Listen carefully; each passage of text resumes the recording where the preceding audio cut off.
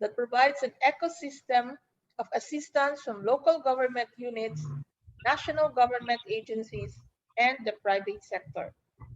OTOP at the international level also remains to be a viable branding and stimulus program for MSMEs and continues to enjoy wide support in several other countries. In the Philippines, there have been relative gains at various fronts insofar as the program is concerned, and it is only timely that the program graduates to its next phase of execution in the form of OTOP Next Gen. Today's webinar for food and non-food MSMEs under the One Town, One Product or OTOP Next Gen program aims to capacitate Region 7 MSMEs with the goal of leveling up their products in the areas of quality, product development, design, standards compliance, marketability, production capability, brand development, among others. In relation to this, we have invited resource speakers from the Philippine Trade Training Center and Design Center of the Philippines to discuss various pertinent topics. These include overview on market and product trends for food and non-food MSMEs, basic food safety and good manufacturing practices, and introduction to brand development. So without much further ado, I welcome everyone Hello, to good the auto afternoon. webinar for food and non-food products. Thank you. Thank you, RD. And to formally talk about the overview on market trends for food, may I call on the OIC Strategic Business Unit Head of the Processed Food Sector, Philippine Trade Training Center, Ms. Maricris Cura. Ma'am? Hi, good afternoon. Good Hello. afternoon, everyone. So am I audible, ma'am? Ma'am Judicelia? Can you hear me po? Yes, please. We can hear you. All right. Thank you, Ma'am Gia. Right, so before I start, let me share first my presentation. All right.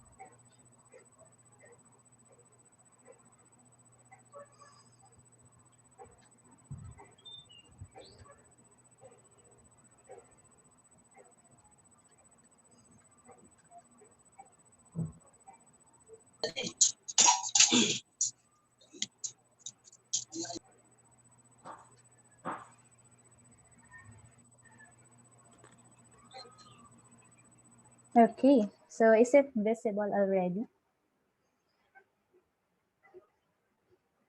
Yes. All right. Yes, ma'am. Thank you. Visible, ma'am. All right, salamat po. But Okay, we so can. all right. So again, thank you very much po for inviting us here. So my colleagues and I from PTTC and Design Center are here to share with you key points on and overview on market trends for food, non-food, the basic food safety and GMP, and of course branding. So before we start, I would like to take this opportunity to thank our partners from the DTI Region 7 for inviting us here po. And of course, we would like to welcome all our participants via Zoom and Facebook Live po. So welcome po sa ating training. So again, I'll be discussing the overview on the market trends for food alone. So as have mentioned by Ms. Christine, there are participants here from the food and non-food sector. So now let's focus first on the food sector po. All right, so this specific overview on the market trends for food will cover specifically topics on the impact of COVID-19 pandemic to our micro, small, and medium enterprises, and of course, the current status of the Philippine economy. Also, in here, we will be covering topics on the current trends po ng ating market for food in reference with the global food industry trend 2020 and beyond. So let's start this presentation.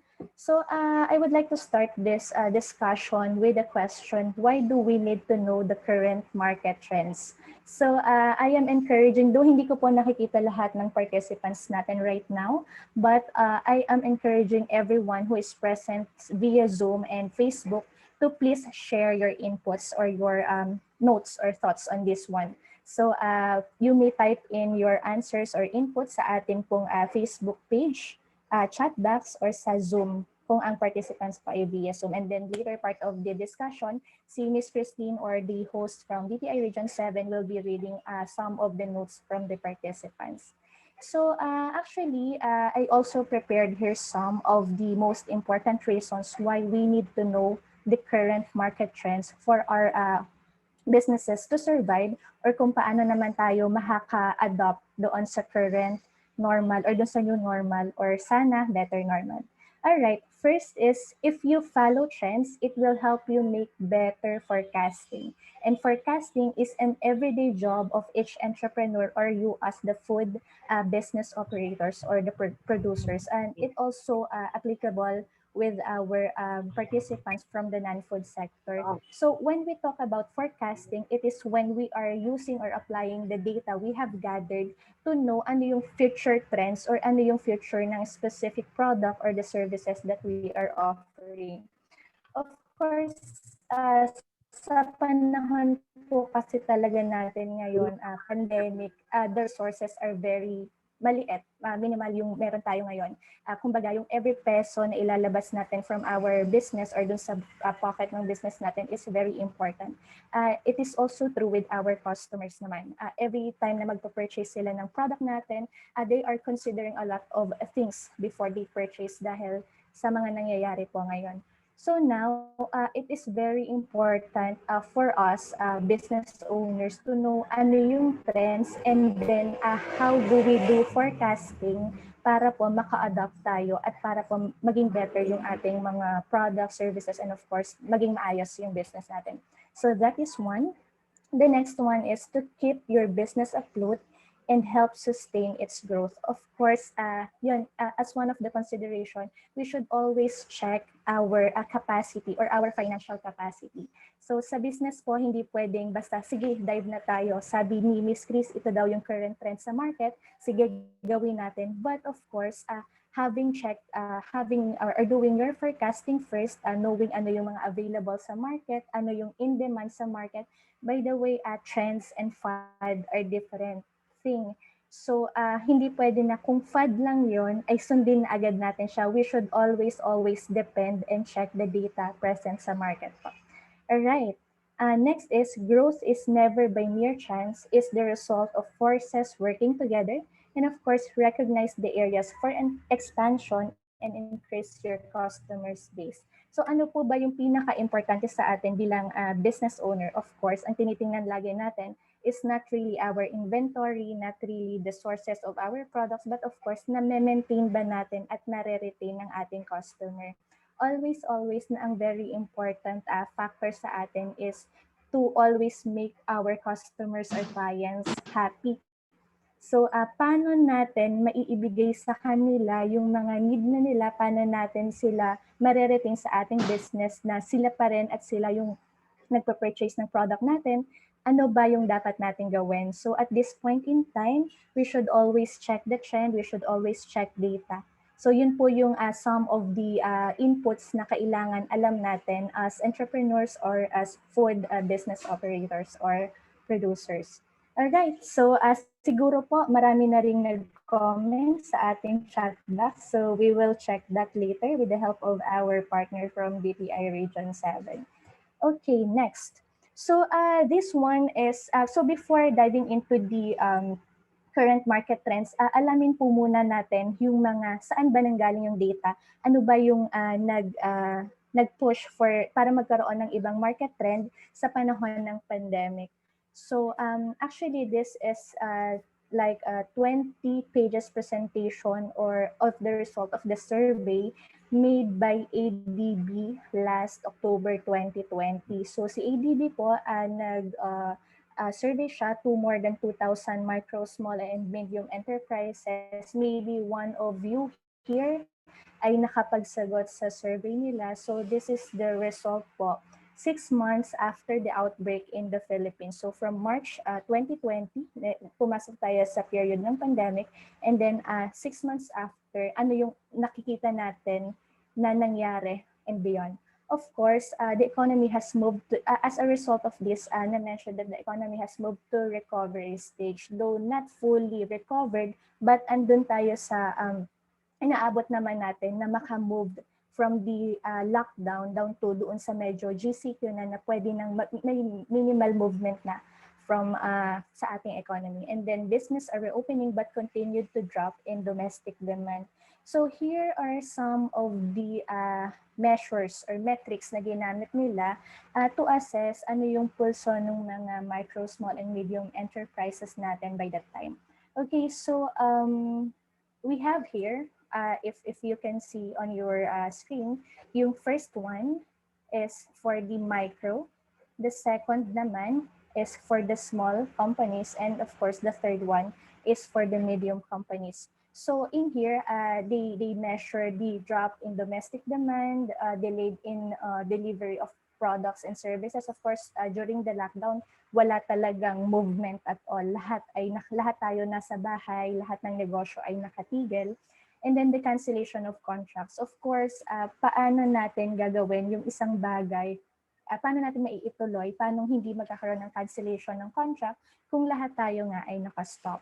And of course, drop in foreign demand, disruptions of production and supply chain, and temporarily closure. So during March, nung nag-start yung lockdown, lahat sarado, lahat tigil, bawal yung movement. And then nag-last siya for like 4 to 6 months.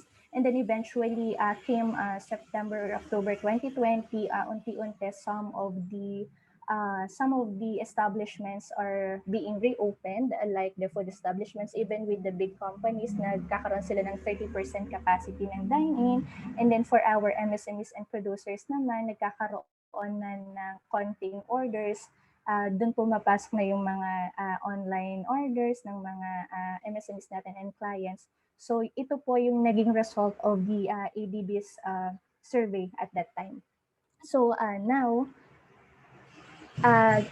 based po doon, ito yung mga key results or based from the last 6-month situation na measure nila. Of course, first, economies have moved to recovery stage, but MSMEs continue to face sharp drop in demand and revenue. Totoo naman. Paano naman na magkakaroon tayo ng kita? Paano naman na maaayos natin yung ating negosyo? And alam naman natin na almost 90% ay talagang kailangan isara. Next, loan payments and tax payments remain top concerns of the MSMEs. But of course, nagkaroon naman ng mga movements si government agencies, including DTI, to assist our micro, small, and medium enterprises on this part. Also, employment returns to normal, but wage cut remains. Work from home has gradually spread in some areas. Again, government need to elaborate phased approach and differentiated policy measure by firm size and sector. Also included here sa result is that MSMEs overcame serious no cash condition, but working capital shortage in 3 to 6 months has risen. And a prolonged pandemic requires government to consider optimal approach, neither impending national revenues nor increase budgetary burden in post-COVID-19. So with all this information na nakuha natin from the ADB survey result, this is directed na nakuha natin or directly nakuha from the youth, from the micro, small, and medium enterprises. So with this, how do we respond? Paano tayo bilang negosyante, bilang food business operators, paano tayo magre-respond sa ganitong information na nalay down sa atin? So actually, uh, with this, as FBOs, as producers, we need to be agile. Sabi nga nila, MSMEs are lucky. Why? Because we have the capacity to be agile. Kaya natin na mag-bend and break and then mag-bounce back ulit. So unlike a large corporation, makikita natin, yeah, you can read it sa newspaper, online, makikita natin na yung impact ni pandemic greatly affects the large companies more than the micro, small, and medium enterprises. Ito kasing si large companies dahil sa mas malaki sila, not only that mas malaki sila, but kung makikita natin, loan payments and tax payments remain on top concern of MSMEs, agad-agad si government agencies and other institutions assisted the MSMEs. Also, yung kumbaga yung mga ganun, maraming bagay, maraming assistance, lumabas yung maraming training for us. So kumbaga, mas na-assist tayo and mas mabilis tayong makamove more than these large companies. Though sabihin na mas malalim yung bulsa nila, but mas mabilis tayong nakakapag-innovate in terms of dun sa ano yung meron sa products natin, paano natin siya ibebenta when we compare ourselves with this large companies. So that is one point that pwede tayong mag-respond being agile po. The next one is if we know about standardization, kung i-adapt lang natin, since nakita natin ngayon na mas agile, mas mabilis tayong mag-bend compare with these large companies. Now, pwede din natin kasing i-adopt yung ginagawa ng large companies. What are they doing? They are really into standardization. So, kahit maliit po tayo, we can always apply standardization sa process natin, sa product natin, sa mismong organization natin. Standardization is possible po. Not really that we have to apply for those ISO certifications for us na sabihin na may standard tayo, but in our own little ways, pwede tayong masabi na meron tayo or nag-a-align tayo with the standardization. With that kasi, kung aaralin natin siya, mas mabilis tayo mag-respond. Kumbaga, documented tayo, makikita natin na, okay, pag may ganitong nangyari, for example, not really the pandemic, for example naman, nagkaroon ng baha, nagkaroon ng lindol, nagkaroon ng, kunwari sumabog yung vulkan, ano yung mga una nating gagawin? If tayo on our part is alam natin kung paano mag-respond sa certain situation like those, mas mabilis for us to pivot and mag-pick up ulit for our business. The next one is that let's always remember being small is an advantage. Kanina ko pa po pinipinpoint yon na us, lucky tayo kasi mas agile tayo, mas mabilis tayo mag-bounce back. And then yun po, very important that, or it is an advantage of being small. So wag po tayong mag-worry dahil being MSMEs po ay okay naman. Okay siya in a sense na mas mabilis tayong mag-adapt sa mga ganitong situation. So again, also we need to disrupt. Kailangan po dumating yung ganitong sitwasyon, ano yung dapat nating gawin.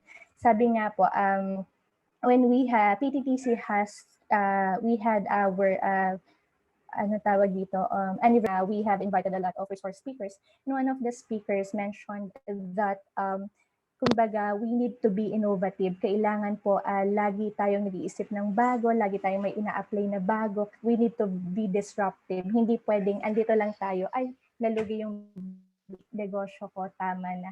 Dapat lagi tayong nag-iisip ng iba't ibang idea na makakapag-buos sa atin at makakapag-bounce back kung saan ulit tayo dapat. Yun nga lang, ang sinasabi ko here is hindi tayo dapat nagda-dive agad sa, okay, ito pala yung pasukan ko siya. We should always check trend versus fad, yung na-mention ko kanina. And we should always consider yung mga data present, especially now, lahat ng organizations, research institutions, are posting yung mga result of survey. So marami po tayong makukuha. We just need to read more and then we just need to be always present. Like ito, yung mga ganitong opportunities when DTI Region 7 invited you to attend this specific webinar, nandito po kayo. So this one ay malaking maiitulong din po with your current situation. All right. So dun naman tayo sa impact of food trends. So the overview of the impact ng food trends sa ating businesses. Well, the markets acts as a way to integrate healthy food options, grow the local economy, and nurture a sense of community. So later po, sa later part ng discussion, though we have given 15 to 20 minutes to share lang yata, but then again, iisa-isahin po natin ano ba yung global impact or ano yung global food trends po at this moment, 2020 and beyond. So by having current food trends place an emphasis on natural and local foods, a larger market base has been created for local agriculture. So later makikita po natin ano ba yung in ngayon, ano ba talaga yung mas required ni consumer as of this moment po. Alright? So, food trends. So, based po dun sa research ng Global Food, na-mention there that the pandemic has improved eating and drinking habits across the world. Of course, alam naman po natin yun, clients now are very, kumbaga, health conscious. Conscious po tayo sa health, conscious tayo sa mga kinakain natin, sa iniinom natin, kasi kailangan natin maging okay for us to be parang makapag-respond naman doon sa mga necessary or para maiwasan natin yung mga ma-expose tayo sa mga virus including the COVID-19. The next one is that people are cooking more at home and they're eating more fresh fruits and vegetables. So in connection with number one, dahil nga po sa lockdown, ngayon, na-stay yung mga tao sa bahay. And the reason kung nasa bahay tayo, the tendency of us is to cook more and to prepare food for ourselves. Now, kung titingnan po natin as food business operators or manufacturers or producers, ano ba yung, kung ito yung trend, people are cooking more at home, ano yung dapat natin gawin? For example, so you now you will decide ano yung gagawin nyo with your products to align the requirements of your consumers dun sa existing na meron kayo. We should always innovate in terms of this po. All right. Next is that connected pa rin siya sa 1 and 2. Health-conscious consumers are looking to boost their immune systems and brands are responding. So for brands, later po, on the later part of the this webinar, my colleague will be discussing more of the branding for your products or for your businesses. So ngayon, health-conscious consumers are looking to boost their immune system. For example, ang product natin is related to this one, to this trend. Ano naman yung gagawin natin to make us competitive or to compete with that specific trend? May kailangan ba tayong baguhin sa formulation? May kailangan ba tayong baguhin sa ating packaging material? Ano ba dapat yung kailangan natin i-consider? So we can always check on this specific trend. Fourth is worries about most of the consumers, actually all the consumers, worries about the origin of food. So this is one of the key industry trends for 2020 and beyond. So now, speaking of this, kumbaga, ang bottom line naman lagi dito is food safety. So food safety and your compliance to it as FBOs, as producers, ang number one requirement for us lagi is that our food is safe.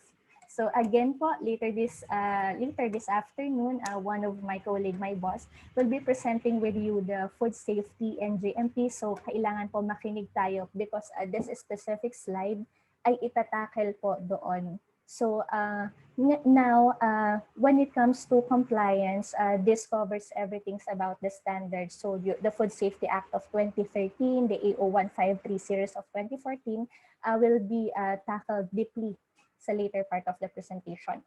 So also, when it comes to our clients worrying about saan ba nanggaling itong pagkain sa lamesa ko, it could either be in-order natin siya online, it could either be galing siya sa supermarket.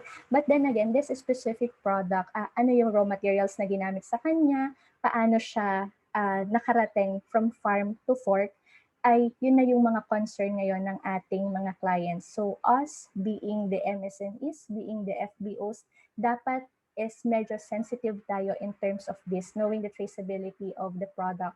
Dapat mapakita natin, not really that we need to use the coding system, not necessarily that we have to follow a specific or we need to naipakita yon, but as kailangan somehow is familiar tayo on this specific trend. Okay, of course, this will also talk about food handling. So the logistics, the transport becomes an interest of the consumer also kasi, di ba, kahit here po, for example, sa NCR or Manila in general, napakataas ng kumbaga napakataas lagi ng online ordering sa food like si Grab and Food Panda. So now, kung ako, for example, is consumer and then yung handling of this specific Grab driver or the Food Panda driver, paano ba nila transport yung food? Kasi for example, as manufacturers or as producers, alam natin nagfa-follow kami, Miss Chris, ng food safety, ginagawa namin siya sa kitchen namin or sa pinaggagawa namin na area, LTO certified kami and all. But then again, our consumer would like to know kung paano nakaabot tong produkto paglabas sa inyo papunta naman sa amin. So food handling is also a concern. So in addition to this, we can also consider sustainability and sourcing of our raw materials. Nowadays po, yung mga consumers natin, even here sa Philippines, parang tinitingnan na nila yung pinagkuhanan ba ng specific product na ito ay safe, yung pinagkuhanan ba ng specific product na to, nung ginawa siya ay sustainable. So yun po, some of the considerations that we can always add kapag nagmamanufacture o nagpo-produce tayo ng mga product.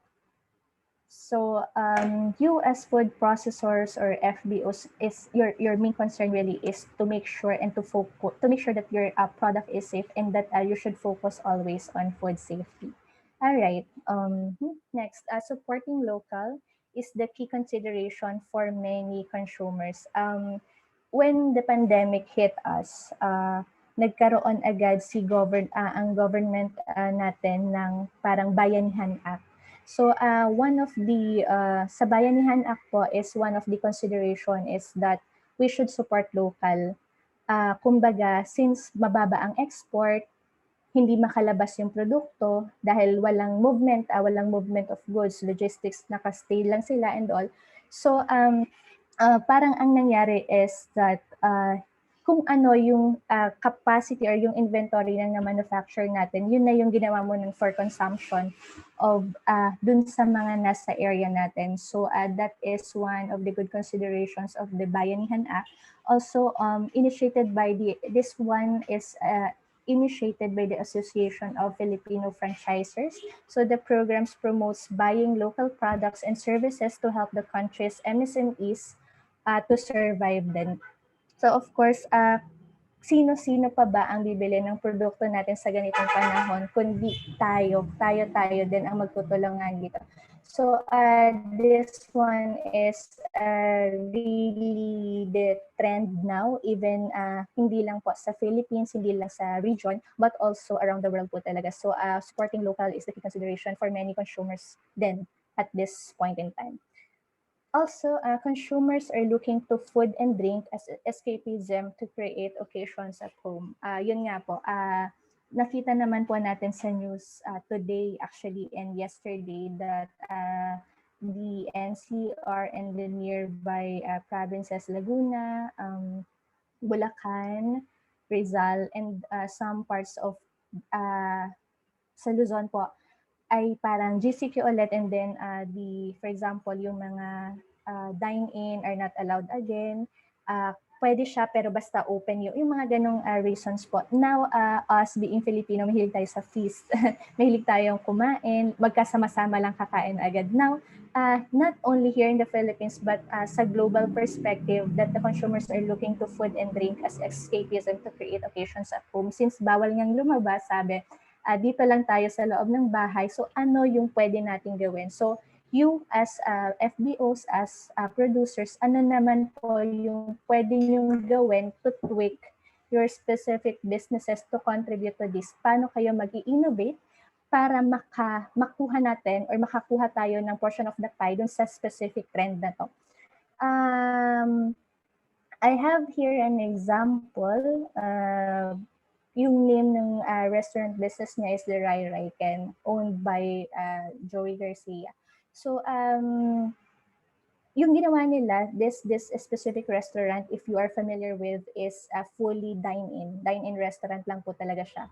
Hindi siya nagsasell online and all. But when pandemic hit them, most of their restaurant or stores in the Philippines ay halos magsara. Now, or nagsara na talaga. Now, ano yung naging trigger for the owner para makapasok sa specific trend na to. Actually, at that time, hindi pa siya trend. Kumbaga sila yung naging pioneer kung paano. Now, what they did is, since, kumbaga, restaurant business siya, so ginagawa nila is yung, if you are familiar with the term, yung bilao, doon yung food nila, since, kumbaga, fully dine-in nga siya, ay yung mismong yon na food, ay dinala nila on the table of their consumers. Pumasok sila in partnership with, I guess, Grab and Food Panda. And then, may term sila na handaan to go. Kumbaga, ganun po. Hindi mo na kailangan pumunta sa restaurant to eat this much na food or pagpilian yung mga ganitong food. But nilagay nila sa bila o yung specific products nila, yung mga menu nila. And then, it is good for like 6 people, 10 people, and more. And then yun yung sinel nila via online, via food or via Grab or Food Panda. So with that, kumbaga hindi man, they also did partnership with other food service companies na the same din yung nandun din sila sa same situation. Kumbaga, they partner with them, and then kapag i-deliver at your home yung mga products, nandun na din siya. So ganun po yung ginawa naman ng one of the malalaking restaurant businesses dito sa Philippines. So as FBOs, as manufacturers or processors, we can always innovate. We can always think of other ideas para ano ba yung gagawin natin sa product. Andyan yung maraming inventory for food. Baka ma-expire siya, sayang naman, kumbaga mga ganun. So what do we do para makapasukan natin itong trend na to, para magamit natin yung mga data na present sa market. Alright. Next is online shopping. Is on the rise, but this is playing out differently in different markets. Of course, hindi lahat ay nakakapasok sa online market. For us being the business owners, paano ba, kailangan ba talaga napasukan natin yung online platform, the e-commerce? It will still be depending on your clients, on your customers. So check it. Hindi po tayo pwedeng basta mag-dive na lang sa isang sitwasyon or sa isang kumbaga sa ganito dahil yun yung sinabi ni Ms. Chris na in demand sa global market. Hindi po ganun. We should always check, check your data, check your customer. Ano po ba yung kung papasok ba tayo sa online selling or kung papasok ba tayo sa mga e-commerce platform, mabibili ba yung product natin? So let's check po.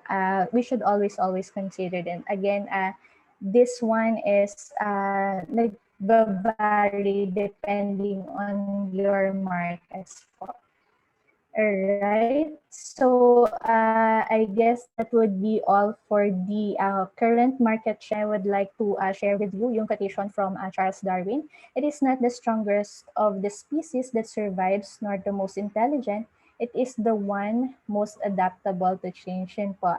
Starting po nung presentation, I've always been mentioning yung that we need to pivot. Kailangan po natin maging agile as MSMEs.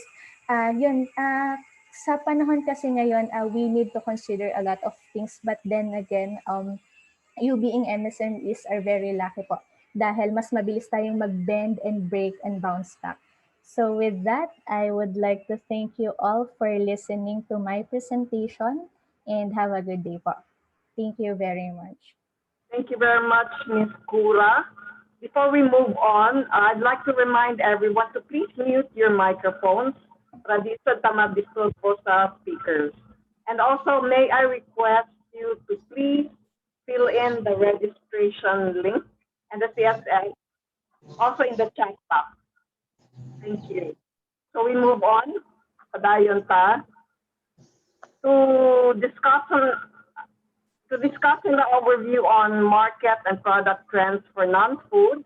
We have with us the Senior Industry Design Specialist of the Design Center of the Philippines, Ms. Christine Nazareth.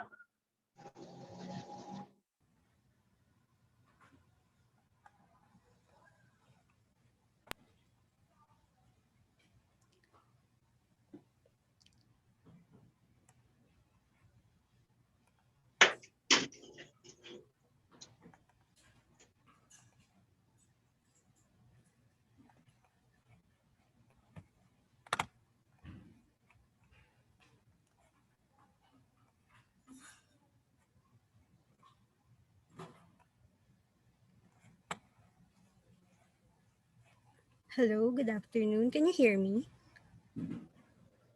Yes, Miss Lee. Yes. Okay. Hello, good afternoon. I am Tin Nazareth. I'm an industrial designer from the Design Center of the Philippines. So, from the previous year, we see new ways of living and coping mechanisms brought by the pandemic.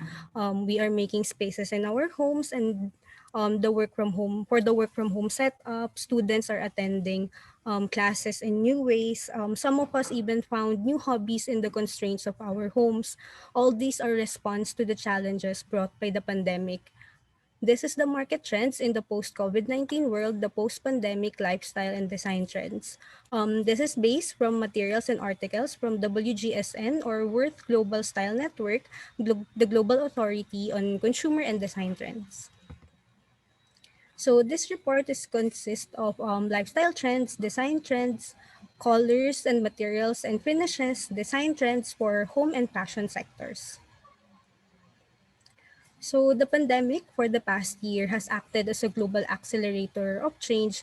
It affected consumer behavior, the buying pattern, hence the emergence of the new lifestyle trends. For the first lifestyle trend, living through this quarantine. So a huge population is confined within our homes. So people are optimizing the time we spent at home to be productive and be healthy. The number two trend, the work from home setup. So now our home makes way for workspaces. Number three, e-commerce, the boom in online shopping for the convenience and safety of the consumers. Number four, online learning, the shift to online classes for students. And number five, mindful living. As a response to the risk in our health, people are practicing a health-conscious lifestyle. Because of this lifestyle trends, new design trends emerge as a response to the changes brought by the pandemic.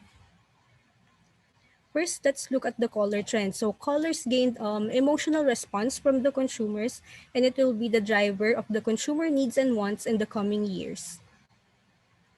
First is the undyed neutrals or organic brights. So these are palette natural colors with comforting quality. It highlights the unprocessed raw beauty of the materials. Or if dyed naman, they use natural dyes to still have that very organic look. Mineral and digital themes, this is a combination of futuristic or digital appeal to raw materials. So it is a mix of colors, light, and surface finishes. The colors provide mood-boosting elements. Psychedelic and exuberant inspiration. So these are bold palettes. So it creates a power of energizing and enticing positivity.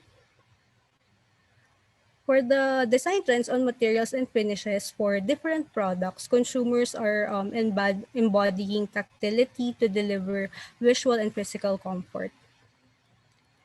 First, matte texture. So objects and furnitures have very calming colors and composition. It is usually seen on ceramics, wood textiles, or resins. It is usually paired with pale colors, as you can see in the photos, for minimalism effect. Next, the use of natural pigmented finishes or time-worn patina. These are biomaterials or plant-based products for the sustainable seeking market. For a very handcrafted appeal, so the use of rattan, macrame, or other basket weaver products and spaces, so the rhythmic pattern added to the appeal of the products. The use of mosaic-made materials or colored craft creates a visual appeal. For wood materials, the natural character or shape and form of the grains of wood will be highlighted. So, yung mga materials po, hindi sila heavily manipulated para it will appeal very natural. Incised opulence, so this is inspired by jewelry from South Africa or for an Art Deco tribal art look which can be applied to accessories and furnitures. While for metals, there is an attraction to silver because it is beyond style, but it also serves for its wellness benefits such as antiseptic and antimicrobial. For the copper, it is trending now because it has hypoallergenic and antimicrobial benefits. It is also visually warm. So both metals can be used for a lot of products. Crystals and mystical stones, so they attract consumers because these are considered healing objects. So it is typically used in accessories and furnishing. So just make sure that these are ethically sourced. Um, so now we go into the different design trends for the two sectors, home and fashion.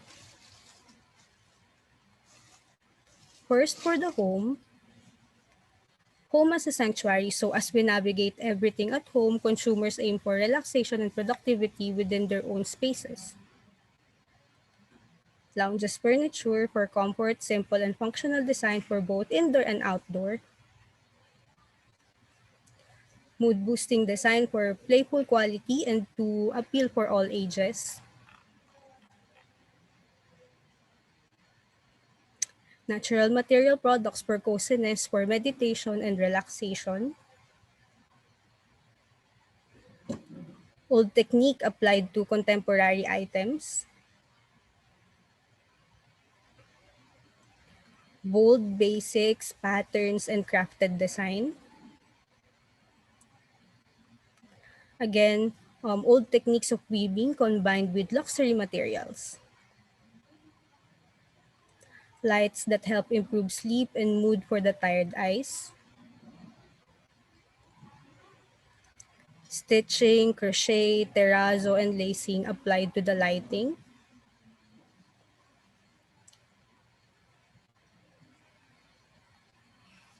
So home bars emerge because sarado pa yung mga drinking places. So we are doing it at home.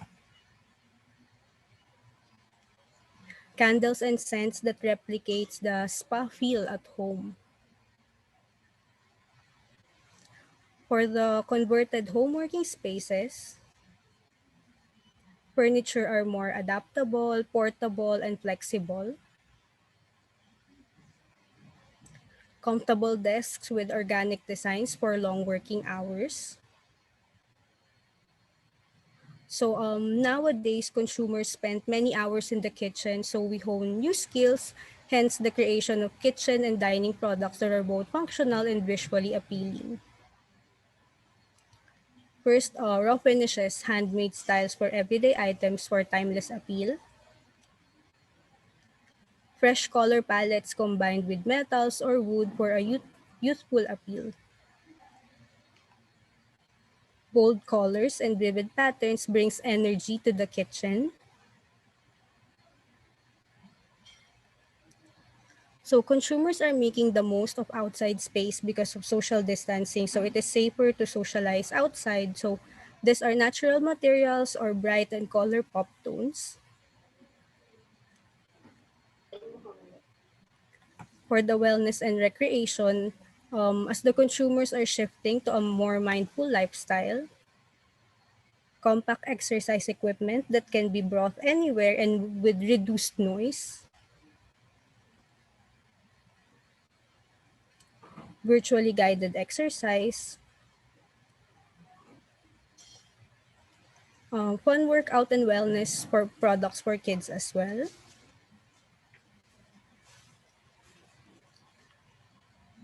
Plants and flowers with the emergence of plantito and plantita. Kits for the consumers to learn something new. Statement planters to add visual interest and movement to plants. Fabric planters add flash of colors but make sure materials allow plants to breathe. Hanging plants to maximize space using different materials. Low maintenance plants to maximize space using low maintenance and longer lasting dyed plants and dried flowers. Consumers are also being self-reliant with sustainable home gardens inside and outside.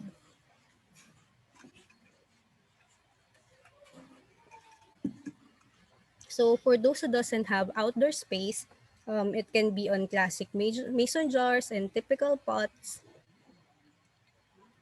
wall planters or hydroponic vessels or window box for herbs and garnishes. For a renewed interest in home cooking and sustainable low-impact lifestyle spurred on by the pandemic, so to prolong lifespan of fresh produce, traditional and technology approaches are used. Traditional materials are making a comeback for lifetime use.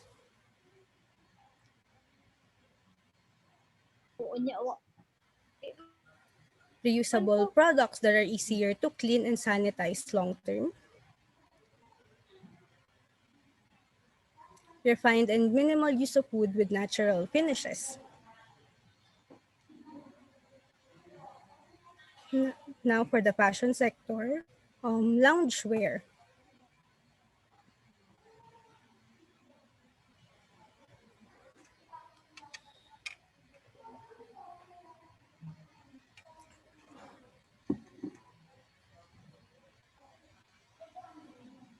Sorry. Um, for comfort first, stay home pajama styles. Relax fits for comfy loungewear and work from home style. Knitted set for the body conscious loungewear fit.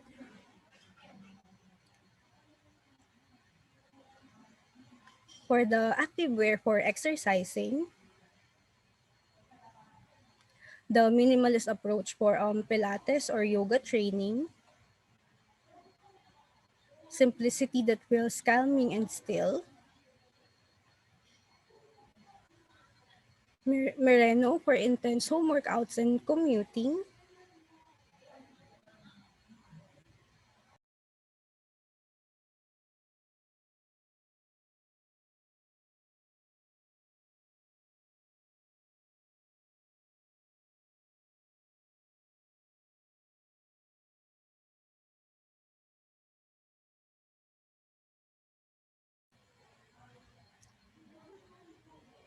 Sorry.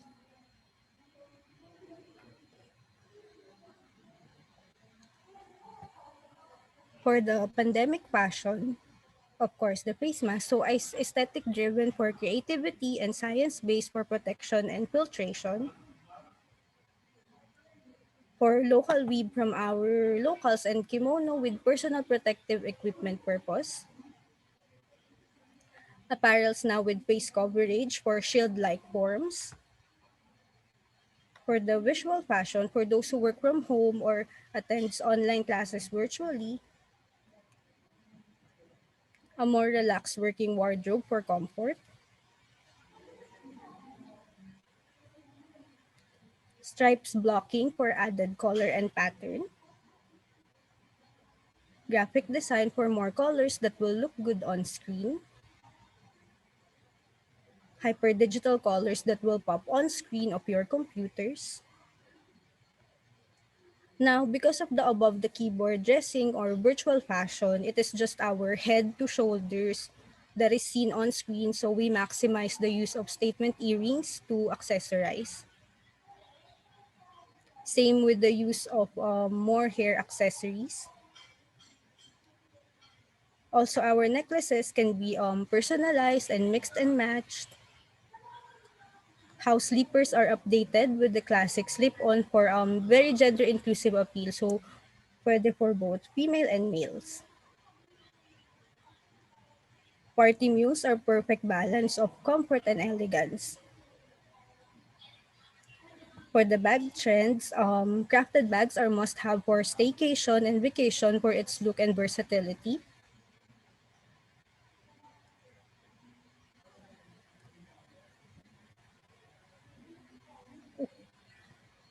Soft volume, so this is perfect bags for quick errands outside, so this can be easily sanitized compared to the crafted bags. For the commuters, practical bags with compartments.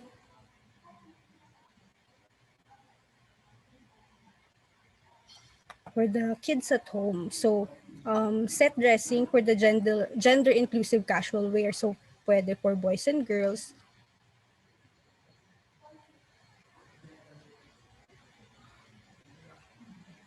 Minimal prints with very positive slogans. For kids as well, since they are into online schooling, so statement colors are good to see on screen. For going outdoors, so make use of utility pockets for functional and practical clothing. Customized accessories for virtual school needs. So here is the summary of our topics.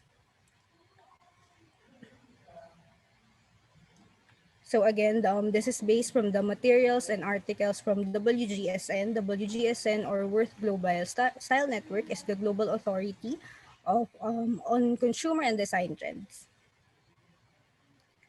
Thank you. For more info about the Design Center of the Philippines, for inquiries, visit designcenter.ph or email info@designcenter.gov.ph, or for access to WGSN articles, please send your request to the email below, or for news and updates for our seminars and workshop, please visit facebook.com/DTI Design Center page. Thank you. Thank you, Ms. Nazareth. Again, I'd like to remind everyone to please register in the link provided at the chat box. And also, please don't forget to fill in the CSF, or the client satisfaction feedback, still shared in the chat box. You will receive the e-certificate once you fill it out. So we continue with the next speaker. Our next speaker will discuss on the basic food safety and good manufacturing practices. She's an OIC Division Chief of the Business Management Training Services Division of the Philippine Trade Training Center. Please welcome Giselle Sunga.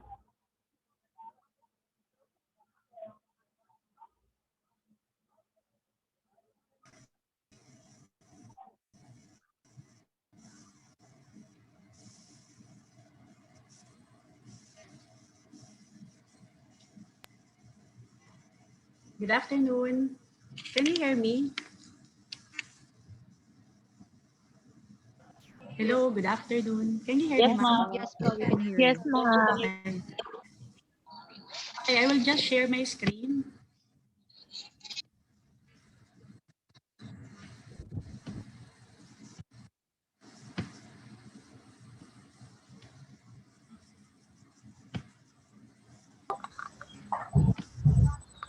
Okay, can you see it now?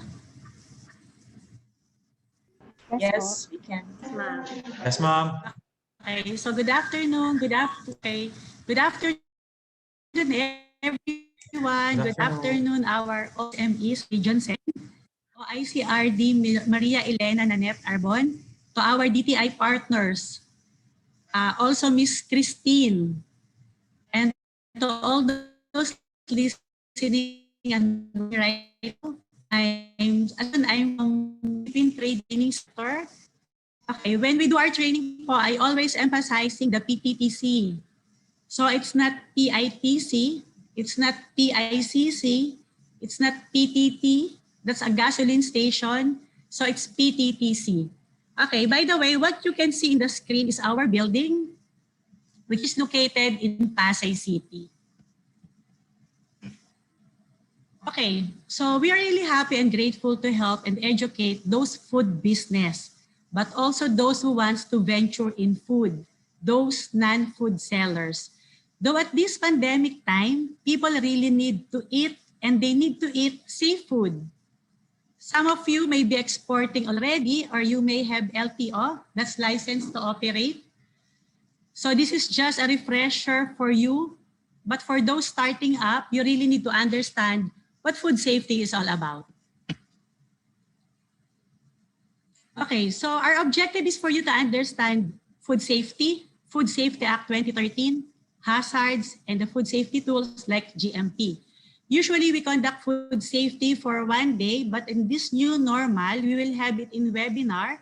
When we talk about food, malawak po ito. Matagal pong usapan pagdating sa pagkain. So we may not cover it all given at this time frame, but at the end, hopefully you will learn something. We don't expect you to learn everything, pero at the end po, sana naman meron kayong matutunan at mai-apply sa inyong mga trabaho. Okay, so what is food safety? Food safety is providing assurance that food will not cause any harm to the consumer. Who are the consumer? Sino po ba ang consumer natin ng food safety?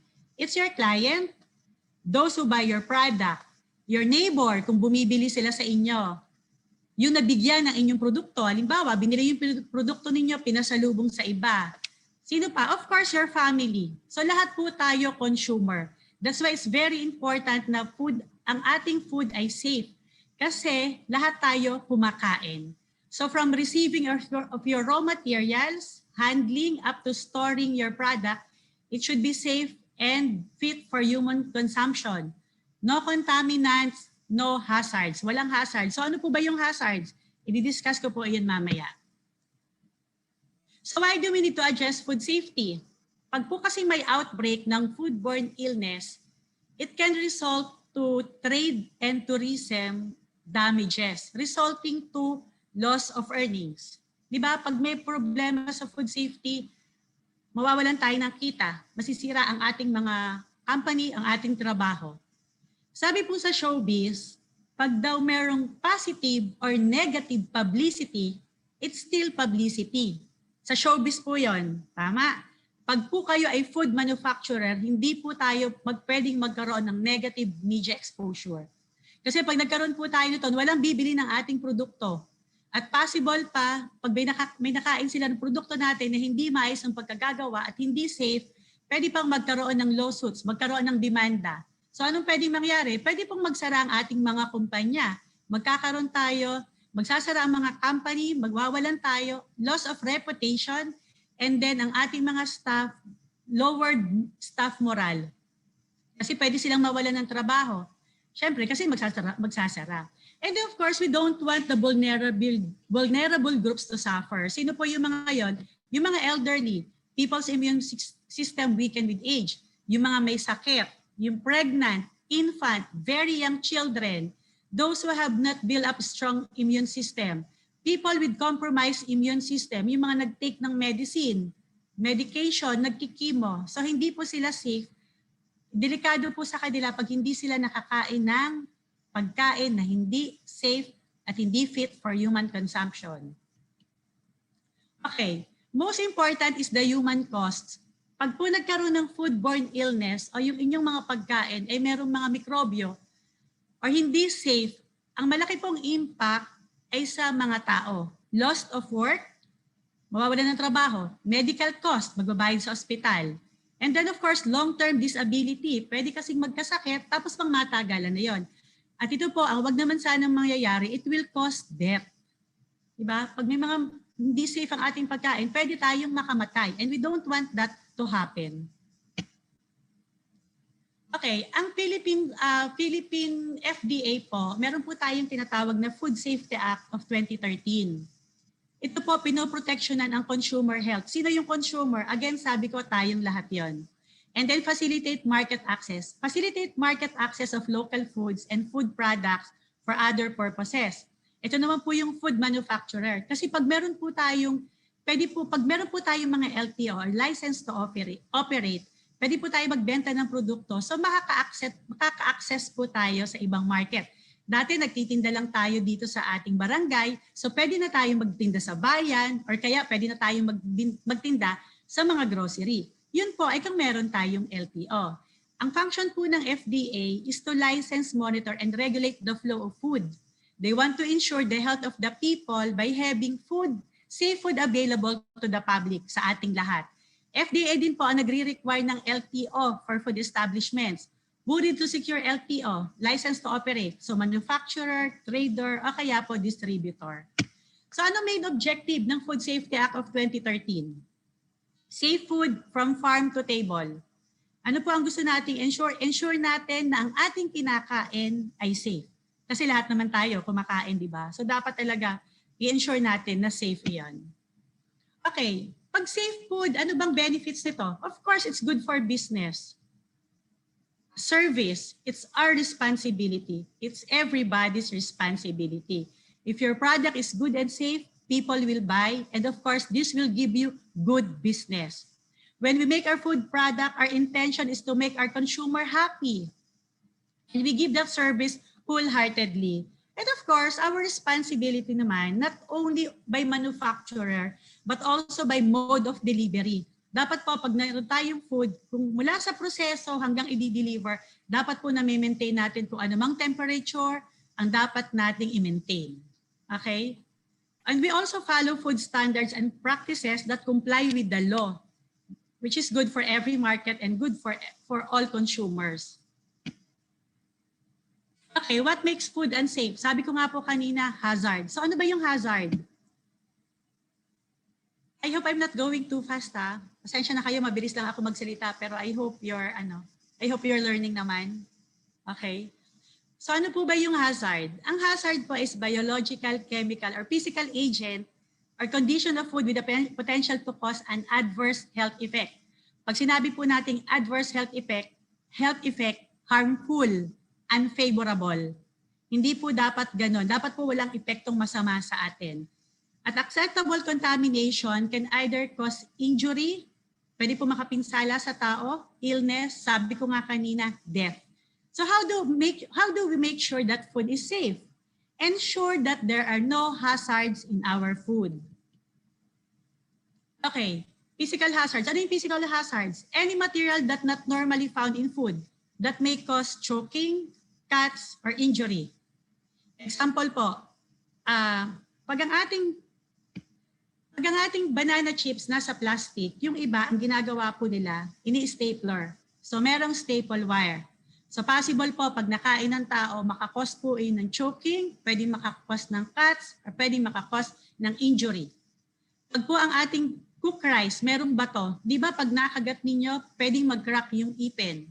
So magkakakos ng injury. And then halimbawa po, yung ating juice, meron tayong juice, tapos makikitaan ng glass. So bakit? Why is that? Because possible po, ang ginamit natin sa pagkuha ng yelo ay baso, glass, and then pwede namang cheap glass. So ano po kailangan natin gawin? Kailangan po nating ensure na ang ating mga materials are in good condition. Usually po ang ginagamit natin mga stainless. Kaya lang stainless naman are expensive. So ano pwede natin gamitin? Some of us are using plastic. So it's okay as long as you check that it's in right condition. Dapat po na walang cracks, walang chip. And then of course, nakita nyo sa picture, bakit kaya dyan merong buttons? Kasi po minsan, yung ating mga buttons or zipper, make sure that they do not fall off. Meron din minsan mga jewelry. So kaya pang ina-advise natin yung velcro para po hindi nahulog. Kasi yung butones, pag nahulog po yan sa product ninyo at nakita ng customer, irereklamo po talaga kayo. And hopefully, hindi naman malunok, hindi makain. And of course, to take care of your reading glasses. Bakit po dyan may tornilyo? Minsan po kasi yung iba may reading glasses, di ba merong tornilyo? Minsan hindi nila alam, nahuhulog sa pagkain. lalo na kung ang inyong worker ay nakasalamin sa processing area. And then alam niyo po yung ibang company, meron po silang checklist. Checklist ito ng mga taong pumapasok sa kanilang company. Meron silang checklist. Dapat kung ano yung dala ng tao nung pumasok, yun din ang kanyang dala paglabas. For example, yung ballpen. Di ba yung ballpen, mas maganda po sana yung kiniklik natin, anong tawag doon? Yung walang takip. Kasi minsan po, pag may takip, nahulog yung takip, pwedeng sumama sa pagkain. Kaya sabi ko nga po kanina, chinik-check kung sino yung nagbisita sa atin. Dapat kung ano yung pumasok, yun din ang lalabas. Buhok. Okay, yung nasa picture, sample lang po yan na kaya ba't nagkakabato? Kasi yung ating mga palay, di ba, doon sa karsada, so dadaan yung sasakyan, so may mga batong napapapunta doon. And minsan, kahit na-mill na siya, nandun pa rin yung bato. Again, it might cause injury to some persons, to the consumer. Okay, kanina sabi ko meron tayong physical hazard. This time naman, meron din tayong chemical hazards. Yung mga chemical hazards po minsan naturally present in food. Minsan po nasa pagkain talaga. Kaya nga po halimbawa yung sa kasaba. Di ba before may mga case tayo ng kasaba na food poison. Kaya po dapat iyon nililinis talaga, sinusok, dinadry. Tapos nililinis siya bago lutuin. Kasi kung hindi, possible ang magkaroon ng cyanide poisoning. And then we mentioned about allergens. Ano po ba yung allergens? Ang allergens po is protein in food or ingredient that some people are sensitive to. Bakit po nagdi-declare sa label ng allergen? Kasi po merong mga tao pag nakakain ng may allergen, hindi makahinga, nagkakaroon ng rashes, yung iba abdominal pain, yung iba nagsusuka, or yung iba may diarrhea.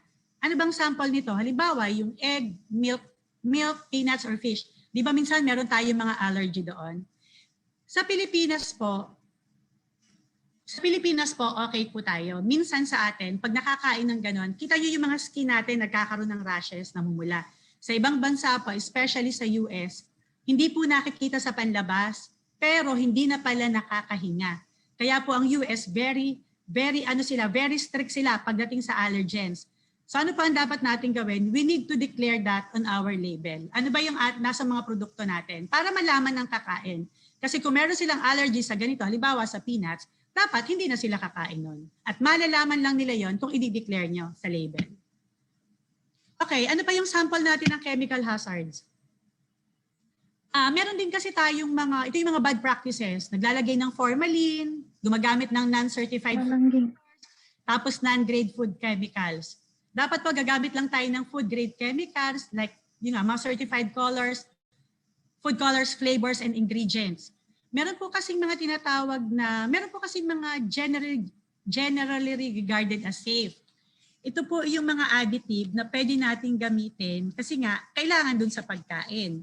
Meron din naman po mga additives na kailangan po ng regulatory authority.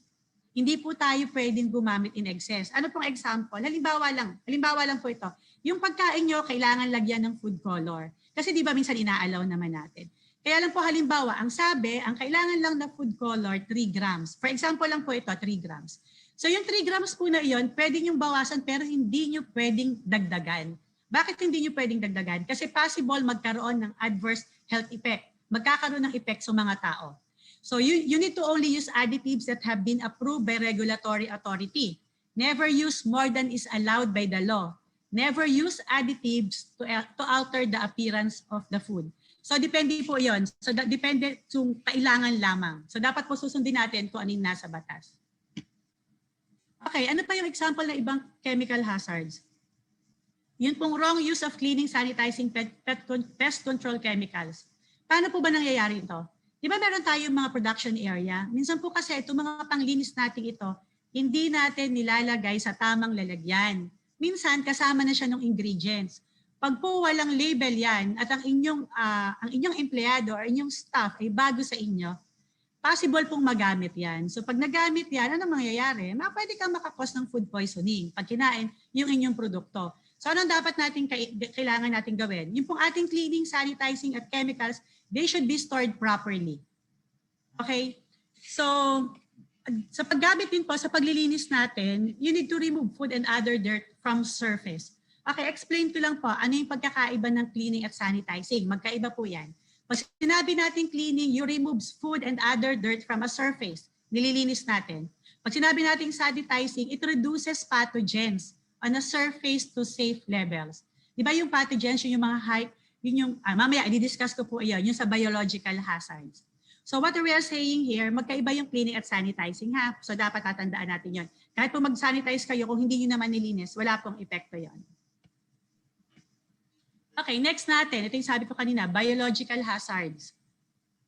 So ito po yung mga microorganisms that are so small, living organism that can only be seen by only through microscope. Many microorganisms are harmless, but some can cause illness. Harmful microorganisms are called pathogens. Ito po yung sabi ko kanina, pathogens, and these cause foodborne diseases. Kasi po yung pong mga pathogens natin, madali po yung mag-divide into every 20 to 30 minutes under favorable condition. Ano pong ibig sabihin? Ayan. Great growth of bacteria. Ganyan po kabilis. Imagine, sa 24 hours meron tayong ilan? Hindi na million yan, no? Hindi na billion. Ganyan kadaming bacteria. So kailangan po nating i-prevent yung growth ng bacteria. Bakit natin kailangan i-prevent? Siyempre, para yung ating mga produkto hindi apektado. Okay. So, yung pong growth of microorganism, including pathogens, will depend on the following. Ito po yung para, ba't tataas ang mga mikrobyo? Mayroon po, tatandaan niyo po yung FATOM. I'm sure some of you are familiar with this one. So it's FATOM. It's food nutrients for F, food or nutrients. And then acidity, they have the temperature, the time, the oxygen, the moisture, or the water. Ano po yung food nutrients? The richer the food as a source of nutrients, the greater the number of microorganisms. Pagdami po ng microorganism, including pathogens that will be able to grow in the food item. Most bacteria need nutrients to survive. Di ba? Parang tao yan eh. Kailangan mong kumain, kailangan mong palakas.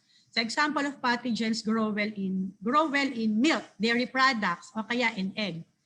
And it needs time and temperature control to limit this growth. This explains, kaya po tatanong nyo, bakit kayo yung pandesal, naglalast longer siya than egg pie? Yung cream-based pastry spoils more easily than a plain bun. Kasi nga po dito, di ba, meron tayong dairy products or egg or milk na component. Kaya di ba, mas madali siyang masira kaysa dun sa mga dry. Okay. So ano naman po yung acidity? It is the measure of acidity. It ranges from 0 to 14. Pinag-aralan natin yan, di ba? Meron tayong pH. Pag 0 acidic, pag 7 is neutral, tapos pag 14 basic. Ang bacteria po nag-grow best in food that is neutral to slightly acidic. That's 4.6 to 7.5. Opo, kaya anong ibig sabihin nun? Pag acidic, di ba, yung adobo, di ba yung adobo mas matagal siyang masira kaysa sa chicken nilaga. Yung fish paksiw is more stable than steamed fish. Bakit po? Kasi di ba naglalagay tayo ng suka. Nilalagyan natin yon. Kaya mas sumahaba yung kanyang buhay. Yun pong intensity or degree of acidity of a product, meron po tayo niyang Philippine National Standards. Under din po yan sa FDA. Under Series 2 of 2005. Pag po chinek nyo ang website ng FDA, makikita nyo po yun. Para alam nyo po, ano ba ang dapat acidity ng inyong produkto. Okay. So sabi natin, FATOM, di ba? Ano yung isang T? It's temperature. Ang bacteria po nag-grow rapidly in 40 to 140 degrees Fahrenheit. This range is also known as the temperature danger zone. Yan pong temperature na yan, dyan po mas mabilis tumaas ang mga bacteria. Bacteria grow even more rapidly from 70 to 125. Yung 70 to 125, nasa ano po siya? Nasa loob siya ng 40 to 140. 40 to 140. So yun pong mas mabilis po ang pagtaas ng bacteria. So growth is limited when food is held above or below that temperature danger zone. Ito pa explanation bakit yung minsan yung pansit bihon, di ba minsan madaling mapanis. Tapos yung fried rice minsan nagiging sticky in a few hours. Kasi nga may mga bacteria. Tapos ang init-init pa. Especially now na it's summer. Okay, ano naman yung time? So time is, meron po kasi tayong 2-hour rule na tinatawag from preparation to serving. Kasi po, bacteria, kanina kailangan ng temperature. Ngayon, ang bacteria din, kailangan nila ng time to grow. The more time bacteria spend in temperature danger zone, the more opportunity they have to grow to unsafe levels. Kaya po, dapat tinitingnan din natin yung oras. Dapat ganun lang oras itatagal ng ating niluto. Example po, ang spaghetti. It should be prepared and served within 2 hours. Otherwise, it will be wasted. Kasi po, madami na bacteria. Ano po, I used to work po in the #1 fast food chain in the Philippines. I'm sure you're familiar with that. Di ba, ang sarap ng spaghetti. You're familiar with that. Diba, ang sarap ng spaghetti. Yeah, minsan meron pang chicken joy, di ba? Okay, ino-audit po namin yon. Yung pong spaghetti, dapat po 2 hours lang talaga. Pag pinuntahan po namin ang store at nandun pa, meron po kasi yung naka-record po yan. Pag po yung store lampas na ng 2 hours, pinapatapon na po namin yung spaghetti. Hindi na po yun pwedeng ipakain. Hindi pwedeng ibenta, hindi rin pwedeng ipakain sa staff. Kasi po, dapat po i-maintain natin yung 2 hour. Kasi nga sabi natin kanina, pag lumampas pa doon, mas malamang, mas madami ng bacteria. Okay? Okay, yung naman oxygen requirement, yung pong iba nating microorganisms, yung iba po kailangan ng oxygen, yun po yung mga aerobes. And then meron po tayong anaerobes, ito naman po yung can live even without oxygen. So that's why po, so anong gagawin natin dito? Kailangan po natin i-check yung ating packaging. So depende po sa ating produkto. Di ba meron nga tayong vacuum packing for the exclusion of oxygen? Yung iba po nating produkto, di ba gumagamit tayo ng vacuum packing. Pero syempre po, depende yun kung anong produkto nyo. So it depends on your product kung anong packaging material ang inyong gagamitin. Sabi ko nga kanina, may mga time, tapos meron tayong mga temperature. Again, depende po yun sa inyong product kung ano ang inyong required time at ano ang inyong required temperature.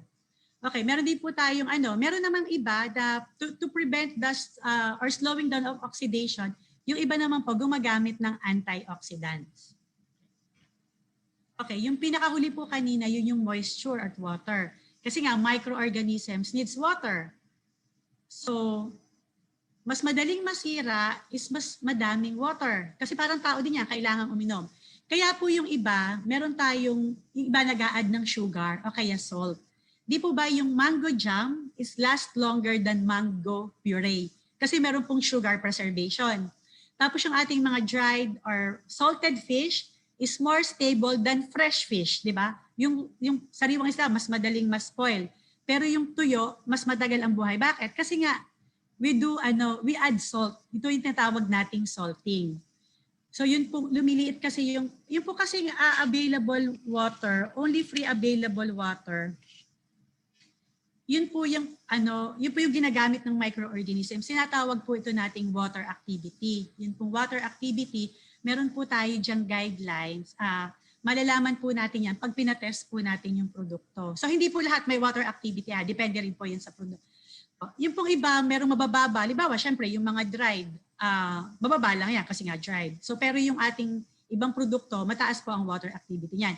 And then meron po tayong FDA Circular number 2013-010. Yan po yung revised guidelines for the assessment of microbiological quality of processed foods. Kasi po dapat nakita natin yung sa ating produkto. Pwede po kayong magpa-test sa third party. Meron po tayong mga nagtitest ng ganon, laboratory. Pwede rin po kayo sa, I think DOST, meron din po sila noon. Pwede kayong magpa-test ng inyong produkto. Okay, I hope I'm not going too fast and I hope you're learning something. I just want to cover po in my 30 minutes time. Okay. So how do we keep our food safe? So, kailangan po, sabi ko nga, temperature control. Dapat alam natin kung gaano katagal na na-maintain natin. Cooling and heating. Alam natin kung dapat ba yung pagkain, dapat ba sa malamig siya or dapat iniinit. So keep cold foods cold and hot foods hot. So yun lang, dapat kung malamig siya dapat, edi malamig siya, store mo sa tamang nilagyan. Kung mainit siya, o di dapat mainit siya. For example, remember to keep salad, fruits, and veggies cool. Halimbawa, yung mga mga gulay natin, yan po dapat pagka-cut natin, nilalagay agad natin sa mga ref. And make sure na to avoid cross-contamination, yung mga fruits or vegetables, do not touch surfaces exposed to raw meat, seafood, and poultry. Kasi po, syempre, meron yung mga bacteria, may mga live po doon. And then yung pong sa washing natin, dapat nililinis nating mabuti. Tapos yung ating mga green leafy vegetables, i-check nyo po. Usually meron silang, minsan may mga insects or minsan may mga dirt. So dapat nalilinis natin yon to ensure food safety. Okay, yung sabi ko nga po kanina, yung iba, nag-a-add sila ng mga vinegar, calamansi para mas sumaba yung shelf life. Yung iba po, nagamit ng additives. Sabi ko nga po, correct use of additives. And then, you need to use safe, clean materials and ingredients. Suitable packaging, kung anong tamang packaging sa inyong produkto. And then, of course, you have the cleaning and sanitation. Siyempre, nililinis natin yung ating mga processing area. Nililinis natin yung ating mga planta. O kung hindi man sa planta, dun sa ating bahay, pag gumagawa tayo, dapat meron tayong separate place para sa production ng pag-produce ng ating pagkain. Dapat po malinis at hindi halo-halo. And of course, we have the personal hygiene. So dapat po, syempre, ang mga Pilipino naman, malilinis naman yan eh. Kaya lang syempre, dapat i-ensure pa din natin. Usually, naglilinis naman, naliligo, pero dapat na-check pa din natin, naglilinis ng kamay, dapat malilinis yung kuko, di ba? Kasi minsan yung mga kuko, bakit po hindi natin inaalaw yung mga cutic sa kamay? Kasi po pag may mga nail polish, hindi po kita kung madumi yung kamay. Pag tinanggal niyo yung nail polish, ang dumi-dumi pala ng kuko, di ba? Tapos yung kamay na yun yung ipapanghalo sa inyong produkto. E di nagkaroon na ng bacteria yung ating mga produkto na dapat nga safe siya. Eh yun pa naman yung ating mga ibebenta. Okay, ano naman po yung mga food safety tools? So we have different food safety tools. Meron po tayong GMP, meron po tayong SSOP, meron po tayong HACCP, meron tayong accurate labeling, and then standardization. Pero for this one po, we will focus on GMP. Ano po ba yung GMP? That's Good Manufacturing Practices. Okay, si FDA po, that's Food and Drug Administration, meron po silang Administrative Order 153 Series of 2004. Ito po ay guidelines on current good manufacturing practices in manufacturing, packing, repacking, or holding of food. Ang FDA LTO po will check if you are GMP compliance. Sila po yung mag-check niyan. FDA needs to validate, need to validate and need to have evidence that yung inyong processing site complies with the GMP requirements and the company is able to produce safe food as per requirements of AO 153. Pag po food manufacturer kayo, food processor, dapat alam niyo po yung AO 153 series of 2004.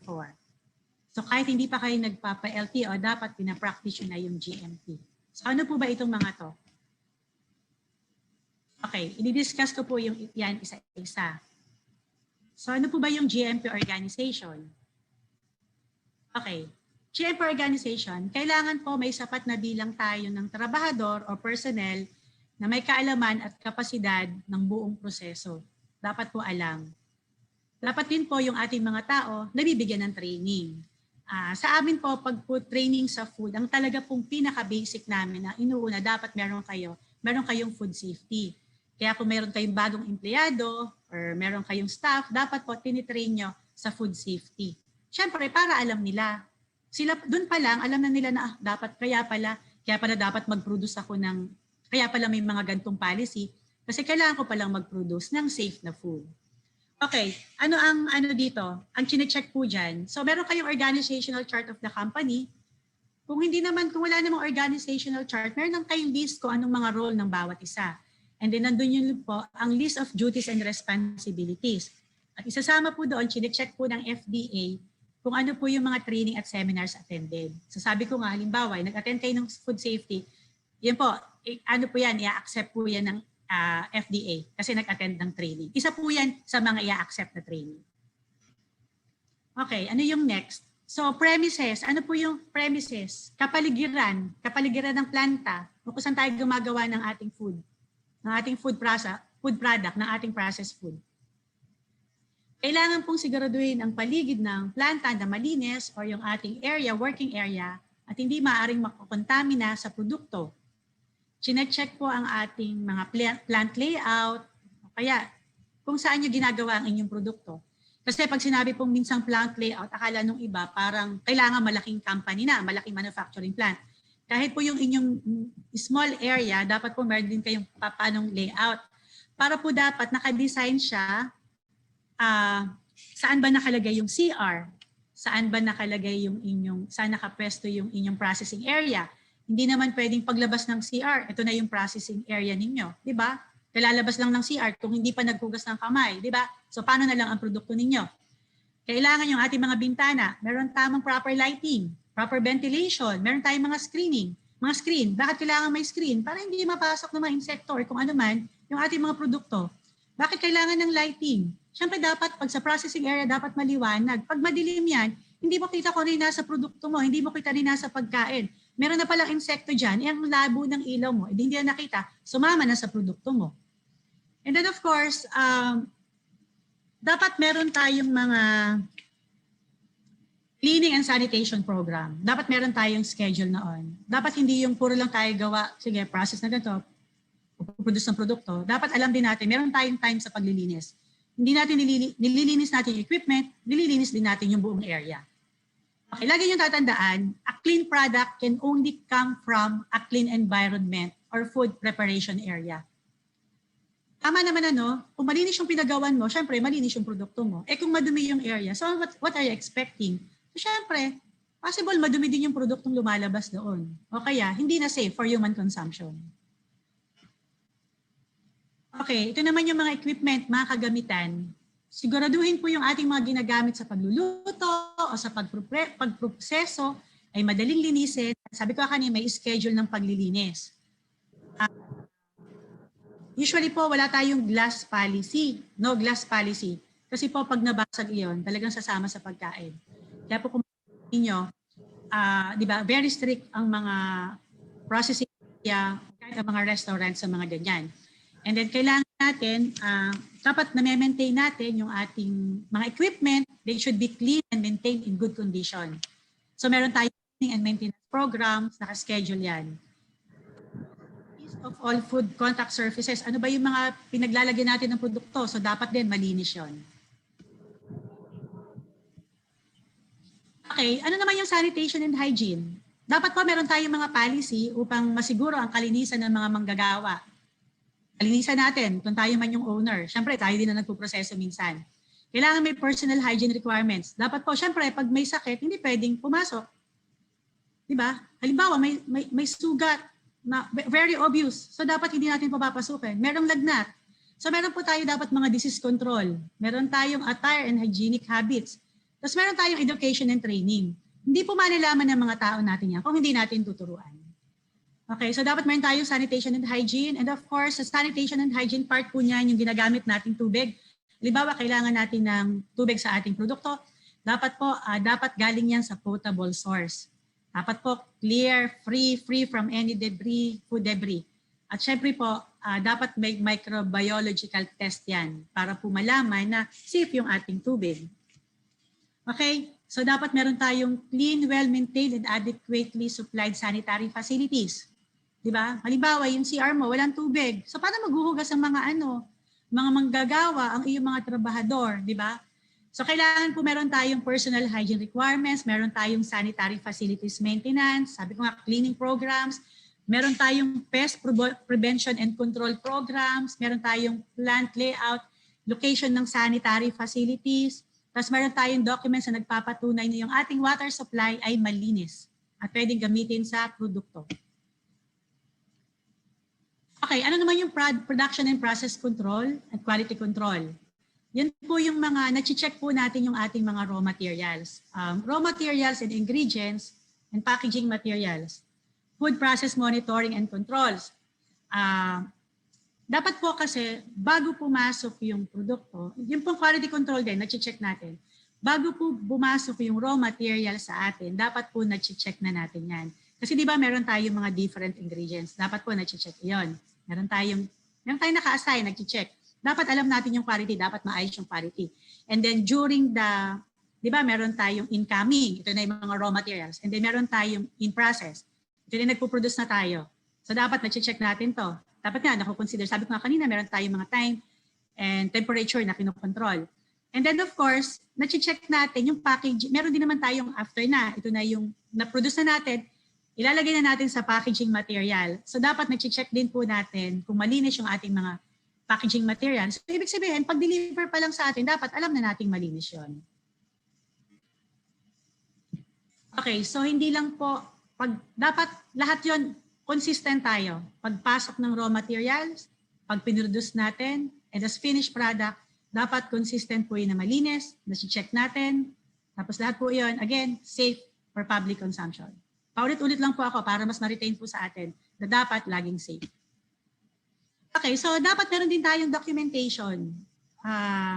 Yung documentation, hindi naman po, yun lang nasa picture ko, parang naka-binder talaga.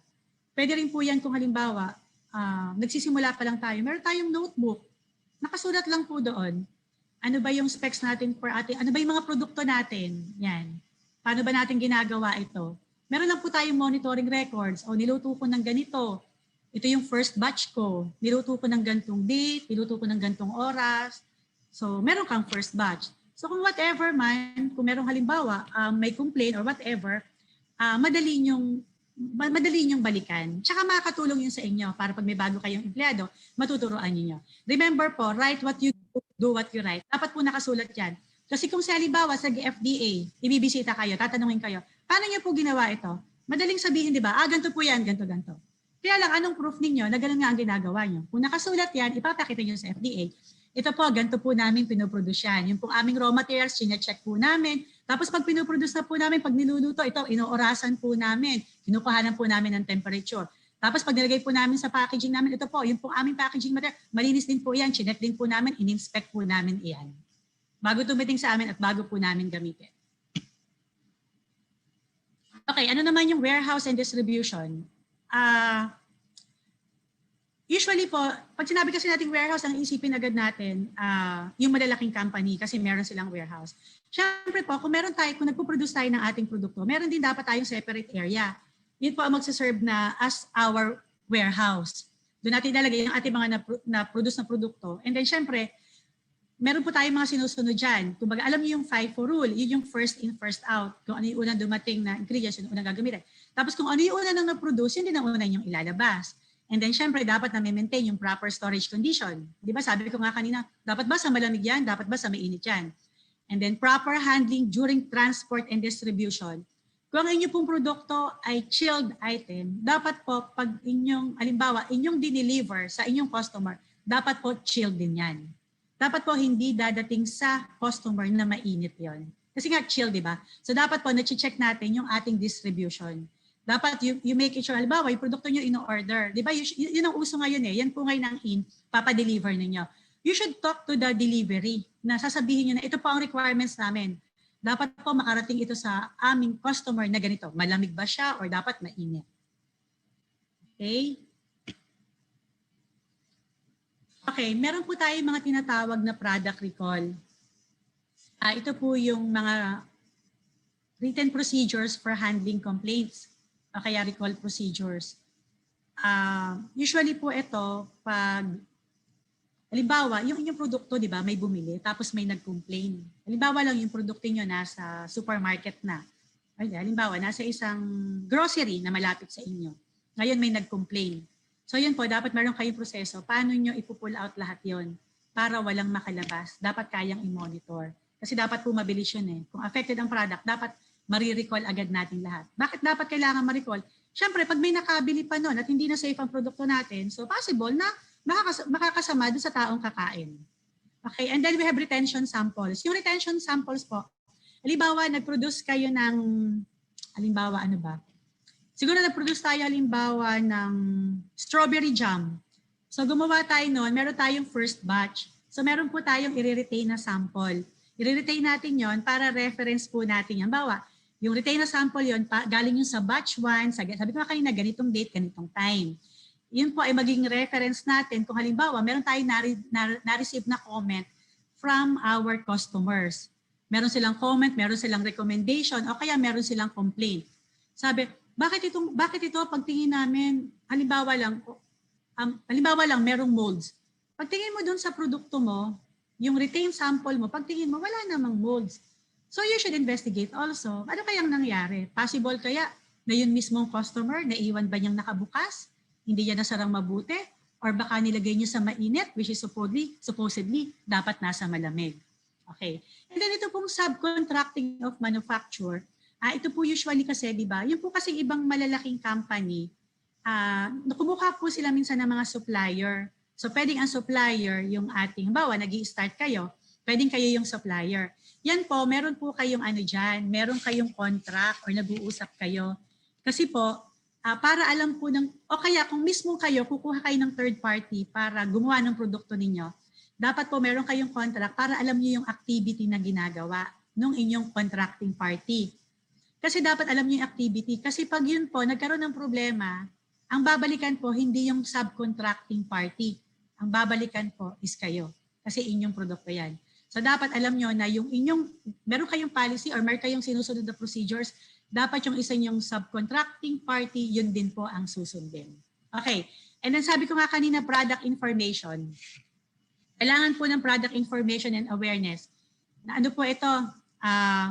Meron po tayong accurate labeling as per FDA AO 2014-0030. Mandatory label items po yan. Meron po tayong Philippine labeling requirements. So dapat po nagpa-follow po tayo doon. And then, kailangan po talaga yung label. Di ba sabi ko nga sa inyo kanina yung mga allergens. You need to tell your consumers what your product is all about. Siyempre, kahit naman tayo, di ba, pagkakain tayo ng produkto, titingnan mo yung ingredients. Ano ba to? Ano ba tong kinakain ko? Ano ba tong binili ko? Ano ba tong in-order ko? Okay? So dapat po rin, kasi meron po tayo minsan mga consumer awareness program. So minsan pwede nyo rin silang involved para at least mag-attend kayo ng ganun para ipaparating nyo sa kanila kung ano yung produkto ninyo. Tapos kung ano yung laman ng produkto ninyo at kung paano nyo ginawa yun. Okay? Okay, ito lang po yung lagi nating tatandaan. Always remember po, food must be safe. Yun lang po. Yung mga sinabi ko nga kanina, yung iba matatandaan ninyo. Hopefully, matandaan nyo lahat. Pero yun lang po. Lagi nyo tatandaan kung kayo ay food processor, dapat ang pagkain nyo ay laging safe.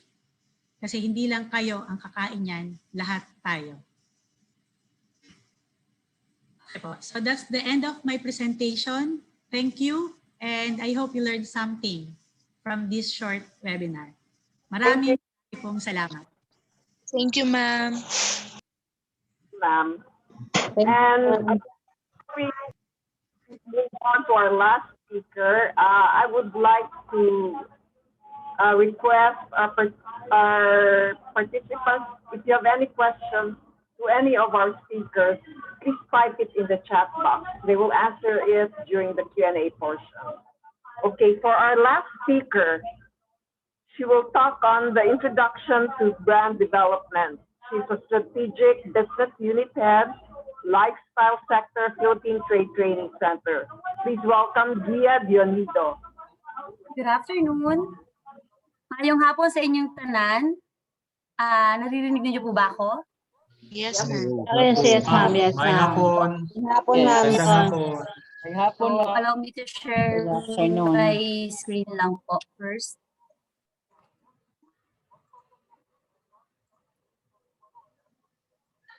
Ngayong hapon, Can you see ma'am. na po?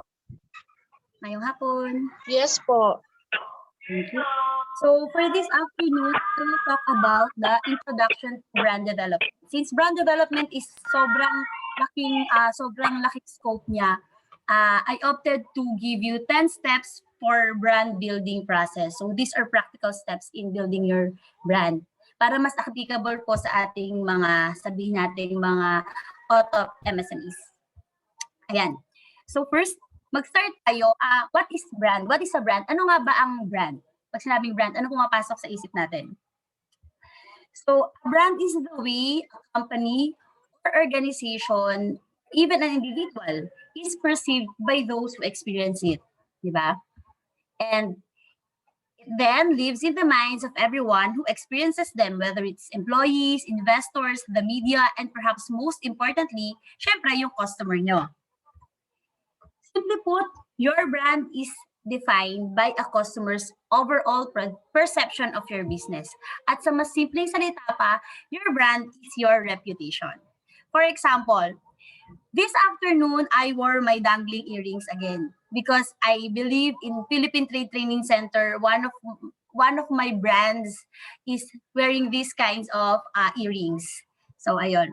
Kayo sa inyo pag isipin nyo kapag na-experience ng customer or client nyo yung inyong produkto o serbisyo, ano ba yung papasok sa isip nila agad-agad? Ba? So let's have an example. You can type in sa chat box po when you see this logo, what comes in your mind? Sige, patay po sa ating chat box. Bank. Anong naisip nyo Pera. kung nakikita nyo ang logo na ito? Mahaba na pila. Pwede po sigurong i-type natin sa chat box para hindi po kung sakaling magkasabay sila. Commercial bank, okay. Medyo bank, okay. We find ways, di ba?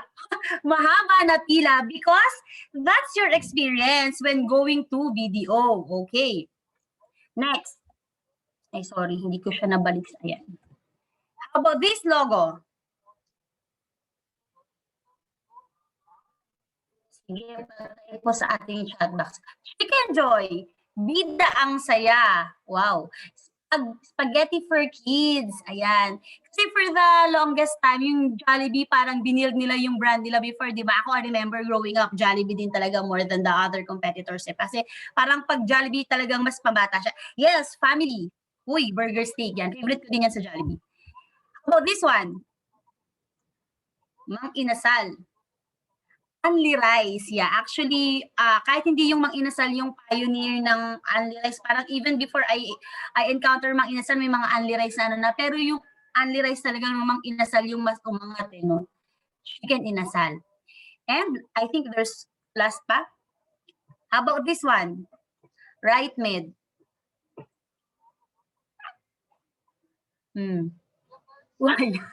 Ayan, in-expect ko rin. Sobrang tumatak yung huwag mahihiyang magtanong, di ba? Dahil ang taong nagtatanong ay taong nag-iisip. So yan yung mga naisip nyo, yung una nyo nakita tong mga brand logo na ito, kasi yan yung na-experience nyo. So sa inyo, yan yung reputasyon nila. So for this afternoon, I'll give you 10 practical tips on 10 practical steps for building your brand. First, discover the purpose of your brand. Diba? It's what you wake up every day loving to do for other people through your product or services. Ito yung ano yung ginagawa ninyo. So, ito yung sumasagot. Pwedeng sagutin niyo yung tanong na to para malaman niyo yung purpose ng brand nyo. Why do you exist? Diba? Ano yung nagdi-differentiate sa inyo from other products or services na nag-o-offer ng katulad sa inyo? What problem do you solve? And most importantly, why should people care about your product or service? Right? So you'll use these ideas to inform the foundation of your branding through the taglines, slogans, value propositions na discuss din natin later. And number 2. Of course, you have to research competitor brands within your industry. The goal is to differentiate from the competition and to convince the customer kung bakit kailangan sa inyo sila mag-purchase instead sa competitor ninyo. Dahil you should never imitate exactly what the big brands are doing in your industry. You have to be unique, di ba? So, pag nalaman nyo kung ano na yung ginagawa ng competitors nyo, dapat hindi nyo na siya gagawin. Pero dapat aware kayo kung ano yung ginagawa nilang maganda at kung ano yung ginagawa nila na nagpa-feel sa kanila para hindi nyo na yun gagayahin. You won't commit the same mistake again. Next. I think you can start by creating a brand competitor research spreadsheet. I hope it's readable. For example, you have this column on your competitor and then the message and visuals. Ano yung message and visuals nila? The quality of their products or services, the review and mentions and marketing efforts. And then you can ask fundamental questions like, is the competitor consistent with messaging and visual identity sa lahat ng channels nila, whether it's print ad or social media, and what is the quality of competitors' products or services.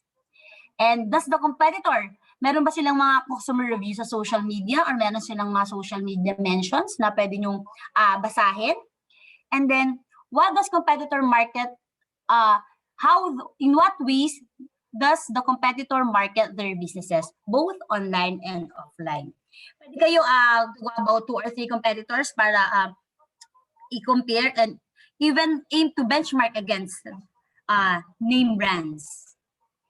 Ayan, so you have your purpose na, you have research about your competitors. Next, of course, you have to determine your target audience. You can't be everything to everyone. Hindi lahat ng tao pwede nating pagsilbihan o gawa ng produkto na bibilin sa atin, di ba? So the foundation for building your brand is to determine the target audience that you'll be focusing on. Dapat focus ang ating audience. This can help ensure that your brand message come across crystal clear to the intended recipient. Diba? The key is to get specific.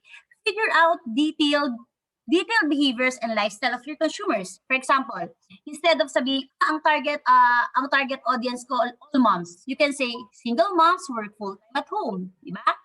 Or techie people, techie savvy early adopters to manage in a large team. Or aside from college kids, you can say college students studying abroad in Europe during the summer. Or instead, ang target audience ko women. Women who loves dangling earrings, right? Diba? So if you're into lifestyle.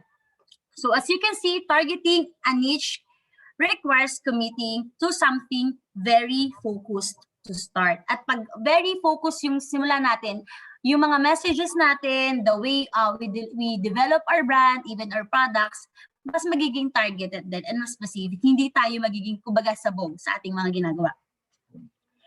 And you'll come to realize that the competitive advantage when branding your business is to narrow your target audience focus. This can help ensure that your brand message comes across crystal clear to the intended recipient kasi kilala mo yung audience mo, alam mo kung paano sila kakausapin. Paano mo i-deliver sa kanila yung message mo. Identifying the target audience for your services or products is an exercise that will affect and benefit all areas of your brand building process, particularly marketing efforts. Kasi specific ang audience mo, hindi masasayang yung marketing efforts mo kasi sila lang talaga yung target mo. Ayan. Now that you know your target audience, you have to establish your brand mission. In essence, you'll have to craft your expression of what your company is most passionate about, di ba? This is your why. Kung yung purpose is your what, your mission is your why. The reason why you get up every day. Sabi nga sa isang commercial, para kanino ka bumabangon. Ngayon naman, bakit ka bumabangon, di ba? So before you can build a brand that your target audience trust, you need to know what value your business provides. Di ba? Ano ba yung value ng business mo? For example, sa mga fashion establishments ngayon or sa mga nagagawa ng mga clothing or apparel, the is sustainability. Diba? Meron yung mga hashtag who made my clothes, para ganon. Kasi against child labor, and then dapat sustainable yung raw materials, ganon. The mission statement basically defines purpose for existing. It will inform every other aspect of your brand building strategies. So ito yung anchor ng brand building ninyo. When people ask you what you do, answer them with your brand mission statement. So ayun, hindi kayo maliligaw pag meron kayong mission statement. And when branding your business, start small and remember to focus on, again, your target niche audience first. And with time, your brand loyalty may grow enough to expand your reach. So after establishing your brand mission, outline the key qualities and benefits your brands offer. There will always be brands with bigger budgets and more resources to command the industry. But the good news is your products, services, and benefits belong solely to you. Isipin nyo, kayo lang yung meron yan. Ano yung key qualities and benefits nyo na yung products or service nyo lang yung nag-o-offer. Starting a brand that is memorable means you dig deep to figure out what you offer and no one else is offering. So assuming you know exactly who your target audience is, give them a reason to choose your brand over the other brand. Halimbawa, when I think of Region 7, I always think of dried mangoes, OTOP, and lechon. So, kung marami gumagawa ng dried mangoes sa Cebu or Region 7, bakit yung dried mangoes mo ang pipiliin over sa dried mangoes na ito? Diba? Kung ikaw ay isang maglilitsyon, bakit ikaw ang pipiliing lechon kaysa sa naglilitsyon na ito? Diba? So here are a few examples. Limbawa, we are more authentic and transparent customer service and a better way to support productivity, reducing costs with more affordable options, and saving time on daily tasks. Kasi nag-anchor ka din sa values ng company mo. Next, you have your key qualities na. Now, form your unique brand voice. And your voice is dependent on your company's mission, audience, and industry. Nalaman mo na yung audience mo. Ano yung mission statement ng company nyo? Ngayon, it is how you communicate with your customers and how they respond to you. There are endless adjectives and possibilities that can build a brand voice behind your messaging. A brand voice could be professional, friendly, service-oriented, authoritative, technical, promotional, conversational, informative. For example, we have four resource persons for this afternoon. From the first resource person up to me, the last resource person, you can see different voices, diba? Like the tone of voices, formal, medyo mas friendly or informal, like that. So ayun. You'll see that if you find and use the correct brand voice, you have the strongest chance of connecting with your consumers. So, kapag nakita mo na yung tama na brand voice na gagamitin mo sa targeted audience mo, talagang makakakonect ka sa kanila at mas kumbaga makaka-appeal ka sa emotion nila. Okay. Next. Let your brand personality shine. Of course, if you have a brand, you have to make it shine. Make your personality stand out in every aspect of your brand building process. Customers aren't looking for another cookie cutter company that offers the same thing as everyone else, diba? So they're looking for an experience tailored to their needs, backed by genuine personal interaction. For example, sa Region 7 or sa Cebu, sikat din ang furniture, di ba? So, hindi lang ako bibili ng basta furniture. Kung gusto ko ng upuan, hindi lang ako bibili ng basta upuan. Gusto ko yung makaka-relax ako, yung makakasandal during work from home. So, ganon. So, i-tailor fit natin siya sa ano yung kailangan or gusto ng ating mga target. Again, babalik tayo sa target audience natin. And be consistent with this brand personality across all points of contact. Next, build a brand story and messaging. So, tell customers secondly who you are, sino kayo, di ba? In brief and concise manner. Use the business voice you have chosen for your brand. So, in telling a story and messaging, you have to use the business voice that you choose. Again, for consistency. Your messaging should be intricately associated with your brand and conveyed consistently. A brand story is an opportunity to communicate on a human level, making a direct emotional connections with your consumers. So, ito na yung appeal to emotions. Kasi syempre, ang mga consumer naman natin ay tao, human. By being human, meron tayong mga emotions, di ba? So, if we have to appeal to emotions, if we appeal to their emotions, mas makaka-connect tayo sa kanila. And address not what your product can do, but why it is important to your customers, di ba? Bakit ko gagawa ng isang relaxing na bakit ito kailangan ng, kumbaga, huwag mong sabihin kung bakit maganda yung produkto mo or ano gagawa ng produkto mo. Sabihin mo kung bakit niya kailangan to. Halimbawa, inaalok mo yung isang ergonomics chair sa isang client. Aside from saying, ito yung mga features niya, you can recline, may massage features kapag napapagod ka. Tell him or her, bakit kailangan mo nito? Siyempre, work from home. So, mas stressful lang ang work from home. So, dahil may massage feature to, makaka-relax ka, di ba? Paminsan-minsan. So now you have your story and messaging. It's time to create your brand logo and tagline. So this might be the most exciting of the brand building process, in creating a brand logo and tagline. And this logo will appear on everything that relates to your business. Mapa business card, mapa website, social media, letterhead, envelope. So be willing to invest the time and money by creating something exceptional to reinforce the visual identity of your business. The logo especially, ito yung magre-reflect sa mga napag-usapan kanina na values, purpose, mission statement. It has to appear, it has to reflect sa logo. At ang logo, hindi lang siya basta, kumbaga, hindi siya ginagawa lang overnight. If you have to hire a professional, an expert para gawin yung logo ng inyong company, do so kasi kumbaga ito ay long time investment ang paggawa ng logo and tagline. And lastly, integrate your brand into every aspect of your business. The brand building process never stops. Your brand should be visible and reflected in everything that your customer can see, read, and hear. Kumbaga, again, consistency, integrate your brand in every aspect of your business.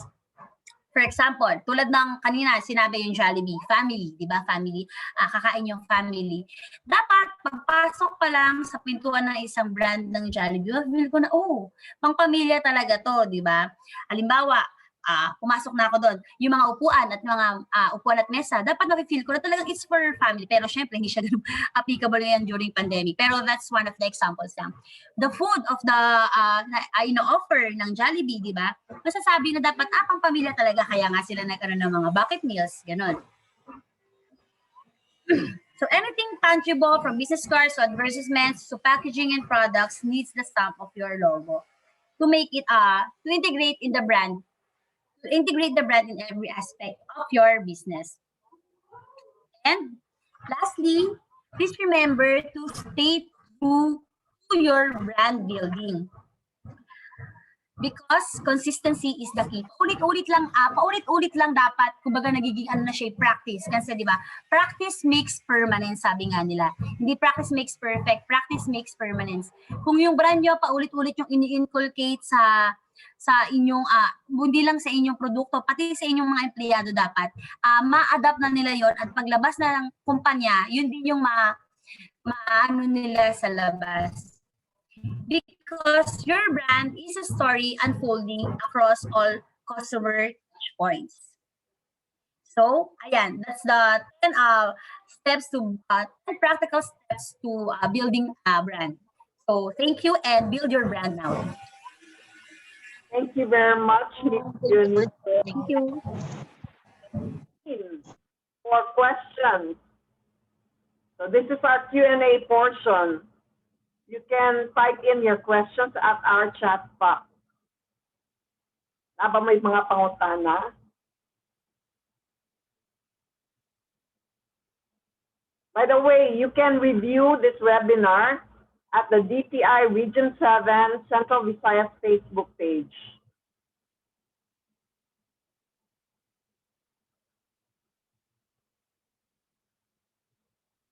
So are there questions, ma'am, sir?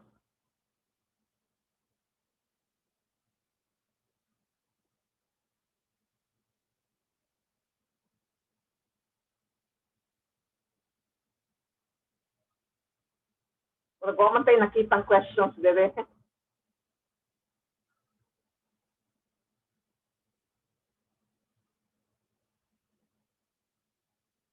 Oh, there's one question regarding the food safety. Ma'am, what is best na word na ilagay sa label if allergen is available on the product?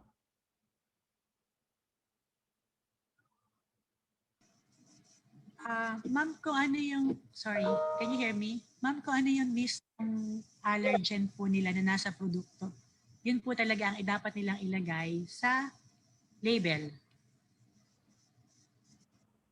Okay.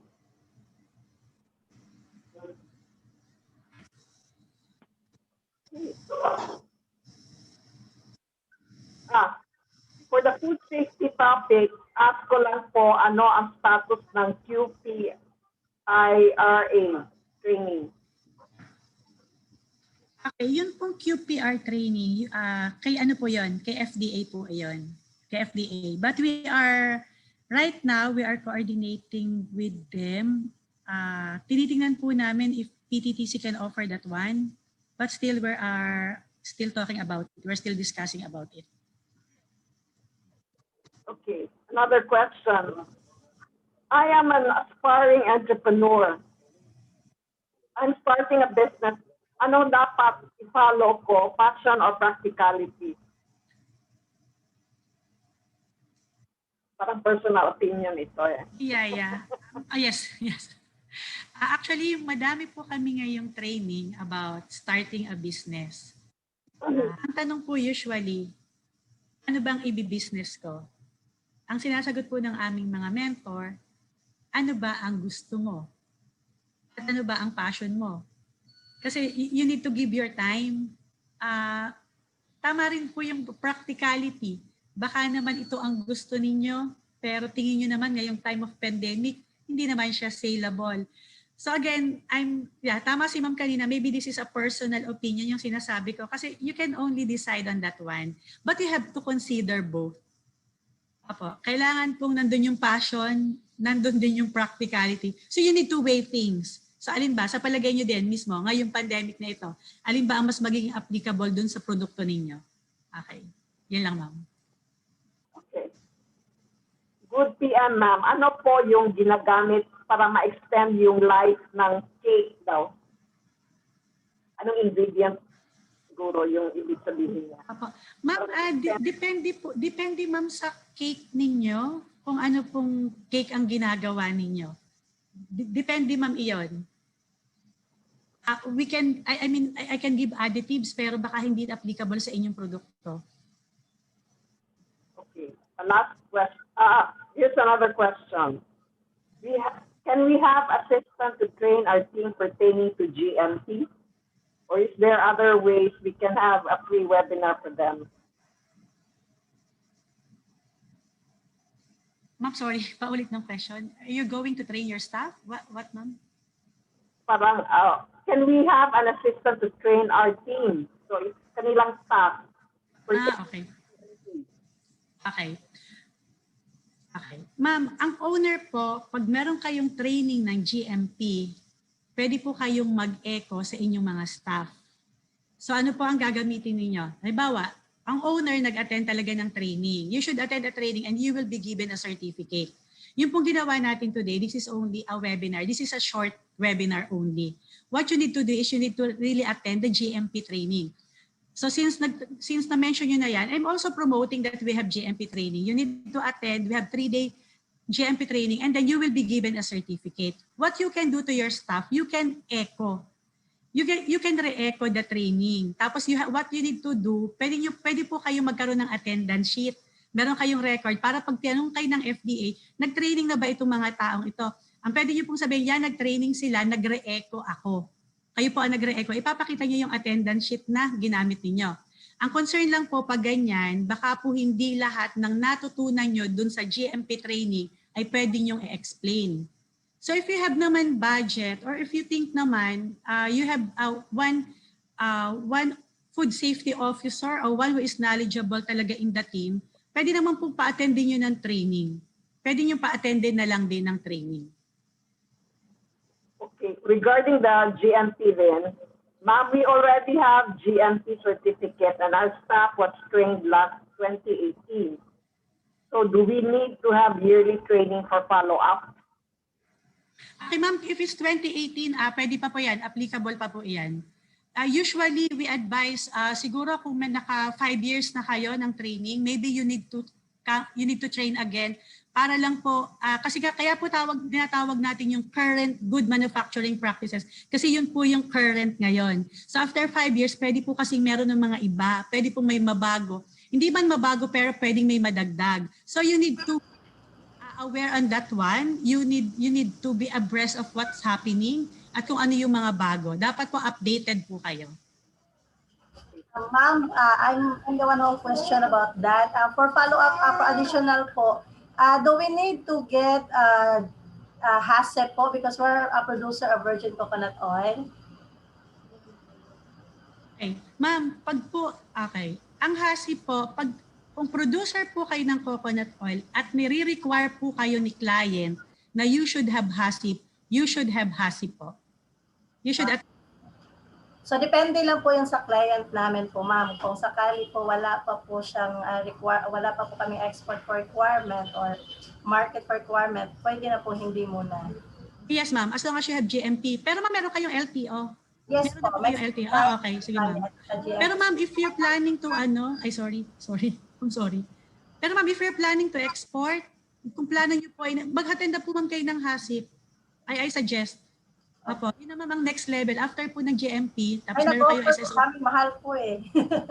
Baka po kung may government na training for HACCP po. Meron po kaming HACCP training sa PTTC. Sige po. Our website po. Apo. We are government agency po. Hindi po ganun kataas ang presyo. We're very willing to attend po for the HACCP. Thank you so much. May isang tanong, dapat po ba makisabay ka sa mga product na uso sa panahon like this pandemic?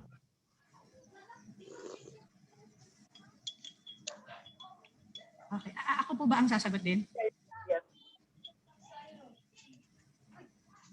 Okay. So, baka po ang maisagot ko dito is personal din. Kasi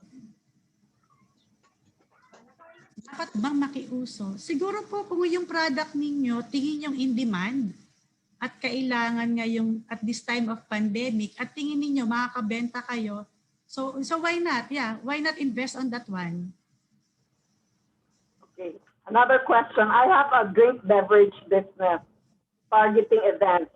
And since events are stopped due to pandemic, do you have any tips for businesses na nag-stop operations due to pandemic? Like, do you offer training for boosting up our businesses?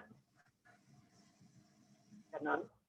Yes, ma'am. We have different trainings. You can always visit our website at www.pttc.gov.ph. Apo, meron po kami iba-ibang training doon. And then meron din kaming mga training about marketing o kaya online marketing para po mag-guide kayo paano nyo ipopromote ang inyong mga produkto even if you are at home. Pwede po kasi, ngayon po kasi ang uso na ngayon, di ba? Meron na tayong mga Facebook, so we can sell online. Meron po kami mga training about that. Okay. This is regarding branding. For branding using social media, how would you react on this? Using social media could either make or break your company. We'd like a reaction from the speaker on branding. Does it make or break a company? The social media make or break a company? Ma'am, ako personal, in reality, yes. I think that's true. The social media can break or make your company. So what are you going to do? So you make sure you have a good product. You have a good quality product. Yun lang po ang panlaban ninyo. And then you make sure that kung ang inyong produkto, I'm talking about food, kung ang inyong produkto maayos, safe, ba't hindi nyo tapos maganda, maayos ang packaging, tamang packaging, and then you have the right label, and then you have the proper channel or platform na nasa FB kayo. So bakit hindi natin may i-make? So bakit i-break? Siguro po kung may problema ang produkto natin, pwede talagang i-break ng social media. You know, this is the reality. Kaunting comment lang po sa ating produkto. Sabi ko nga kanina, di ba, yung negative media exposure, malaki ng epekto sa atin. Anong panlaban natin? Make sure you deliver safe product, you produce quality product, tapos lahat maayos ang proseso natin. So I don't see any reason why our product cannot compete in the market.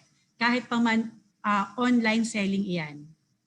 Whether it's in FB or product mong i-deliver, if you have a good quality product, again, yun lang ang panlaban natin.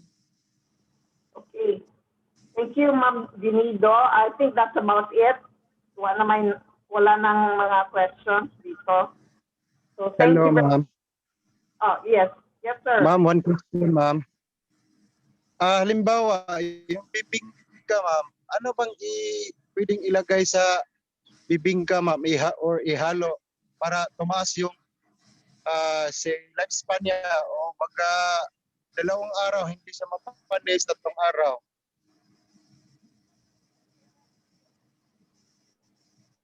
Sir, I'm very sorry but I'm not very familiar with the ingredients of your bibingka. Pero you need to consider po, tingnan niyo po yung temperature, tsaka po yung time. Kasi po, paano niyo po ba pinuproduce yung inyong bibingka? Saan niyo po ba nilalagay pagkatapos? Baka po kailangan may maintain kayong temperature kasi kung sa sobrang, kung sobrang init ba iyan, baka naman madaling masira.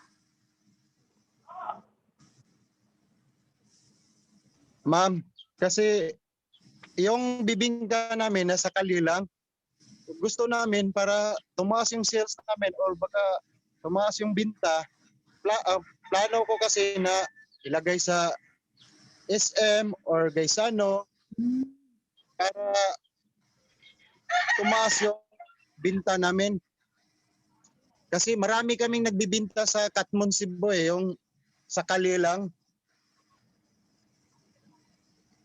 Sir, meron na po kayong FDA LTO? Small, yung bibingka namin, puhunan lang ma'am, maliit lang. 700 lang yung ma'am. Pero pinapayagan po tayong magbenta na sa mga, ano po sabi nyo kanina, sa SM ba? Pinapayagan na po tayong magbenta doon? Wala pa ma'am, nagtanong lang ako ma'am, baka pwede. Saka makakuha kami ng LTO or FDA for that requirements. Po. Certain po, kailangan po talaga iyon bago kayo makapagbenta sa mga SM. Dapat po meron kayong LTO, License to Operate. Sir, maybe you can coordinate with Region 7. Si Miss Christine po yung kausap ko.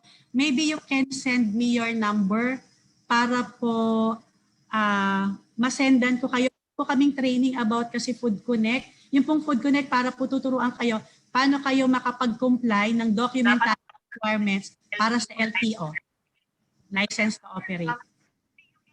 Okay, ma'am. Salamat. Send me your number.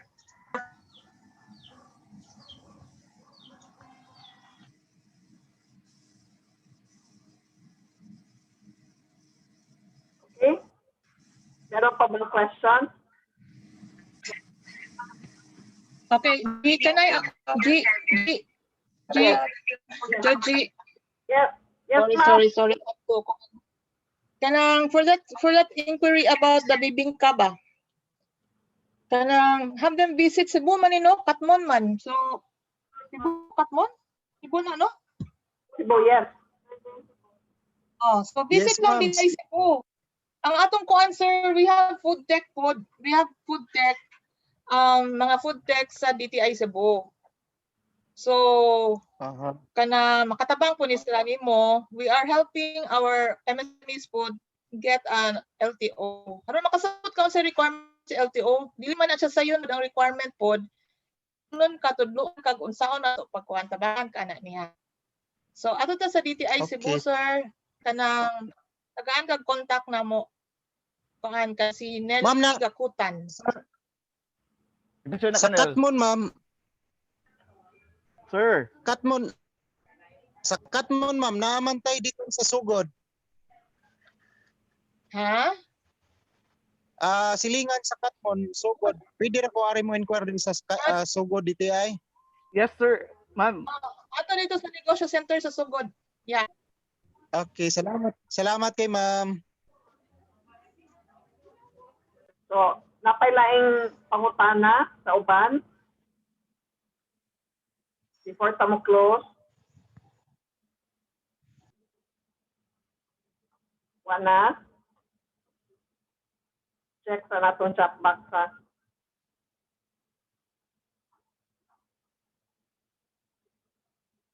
Okay. So, wala na. So, thank you everyone for coming. We'd also like to thank our speakers from the Philippine Trade Training Center and Design Center of the Philippines. So I hope na daghan mong nakatunan, and thank you for being with us for this webinar. Bye-bye. Thank And you. so please don't forget to fill in the CSF para sa among documentation. Thank you. Nasa chat box i-share na mo. Thank you. Thank you, ma'am.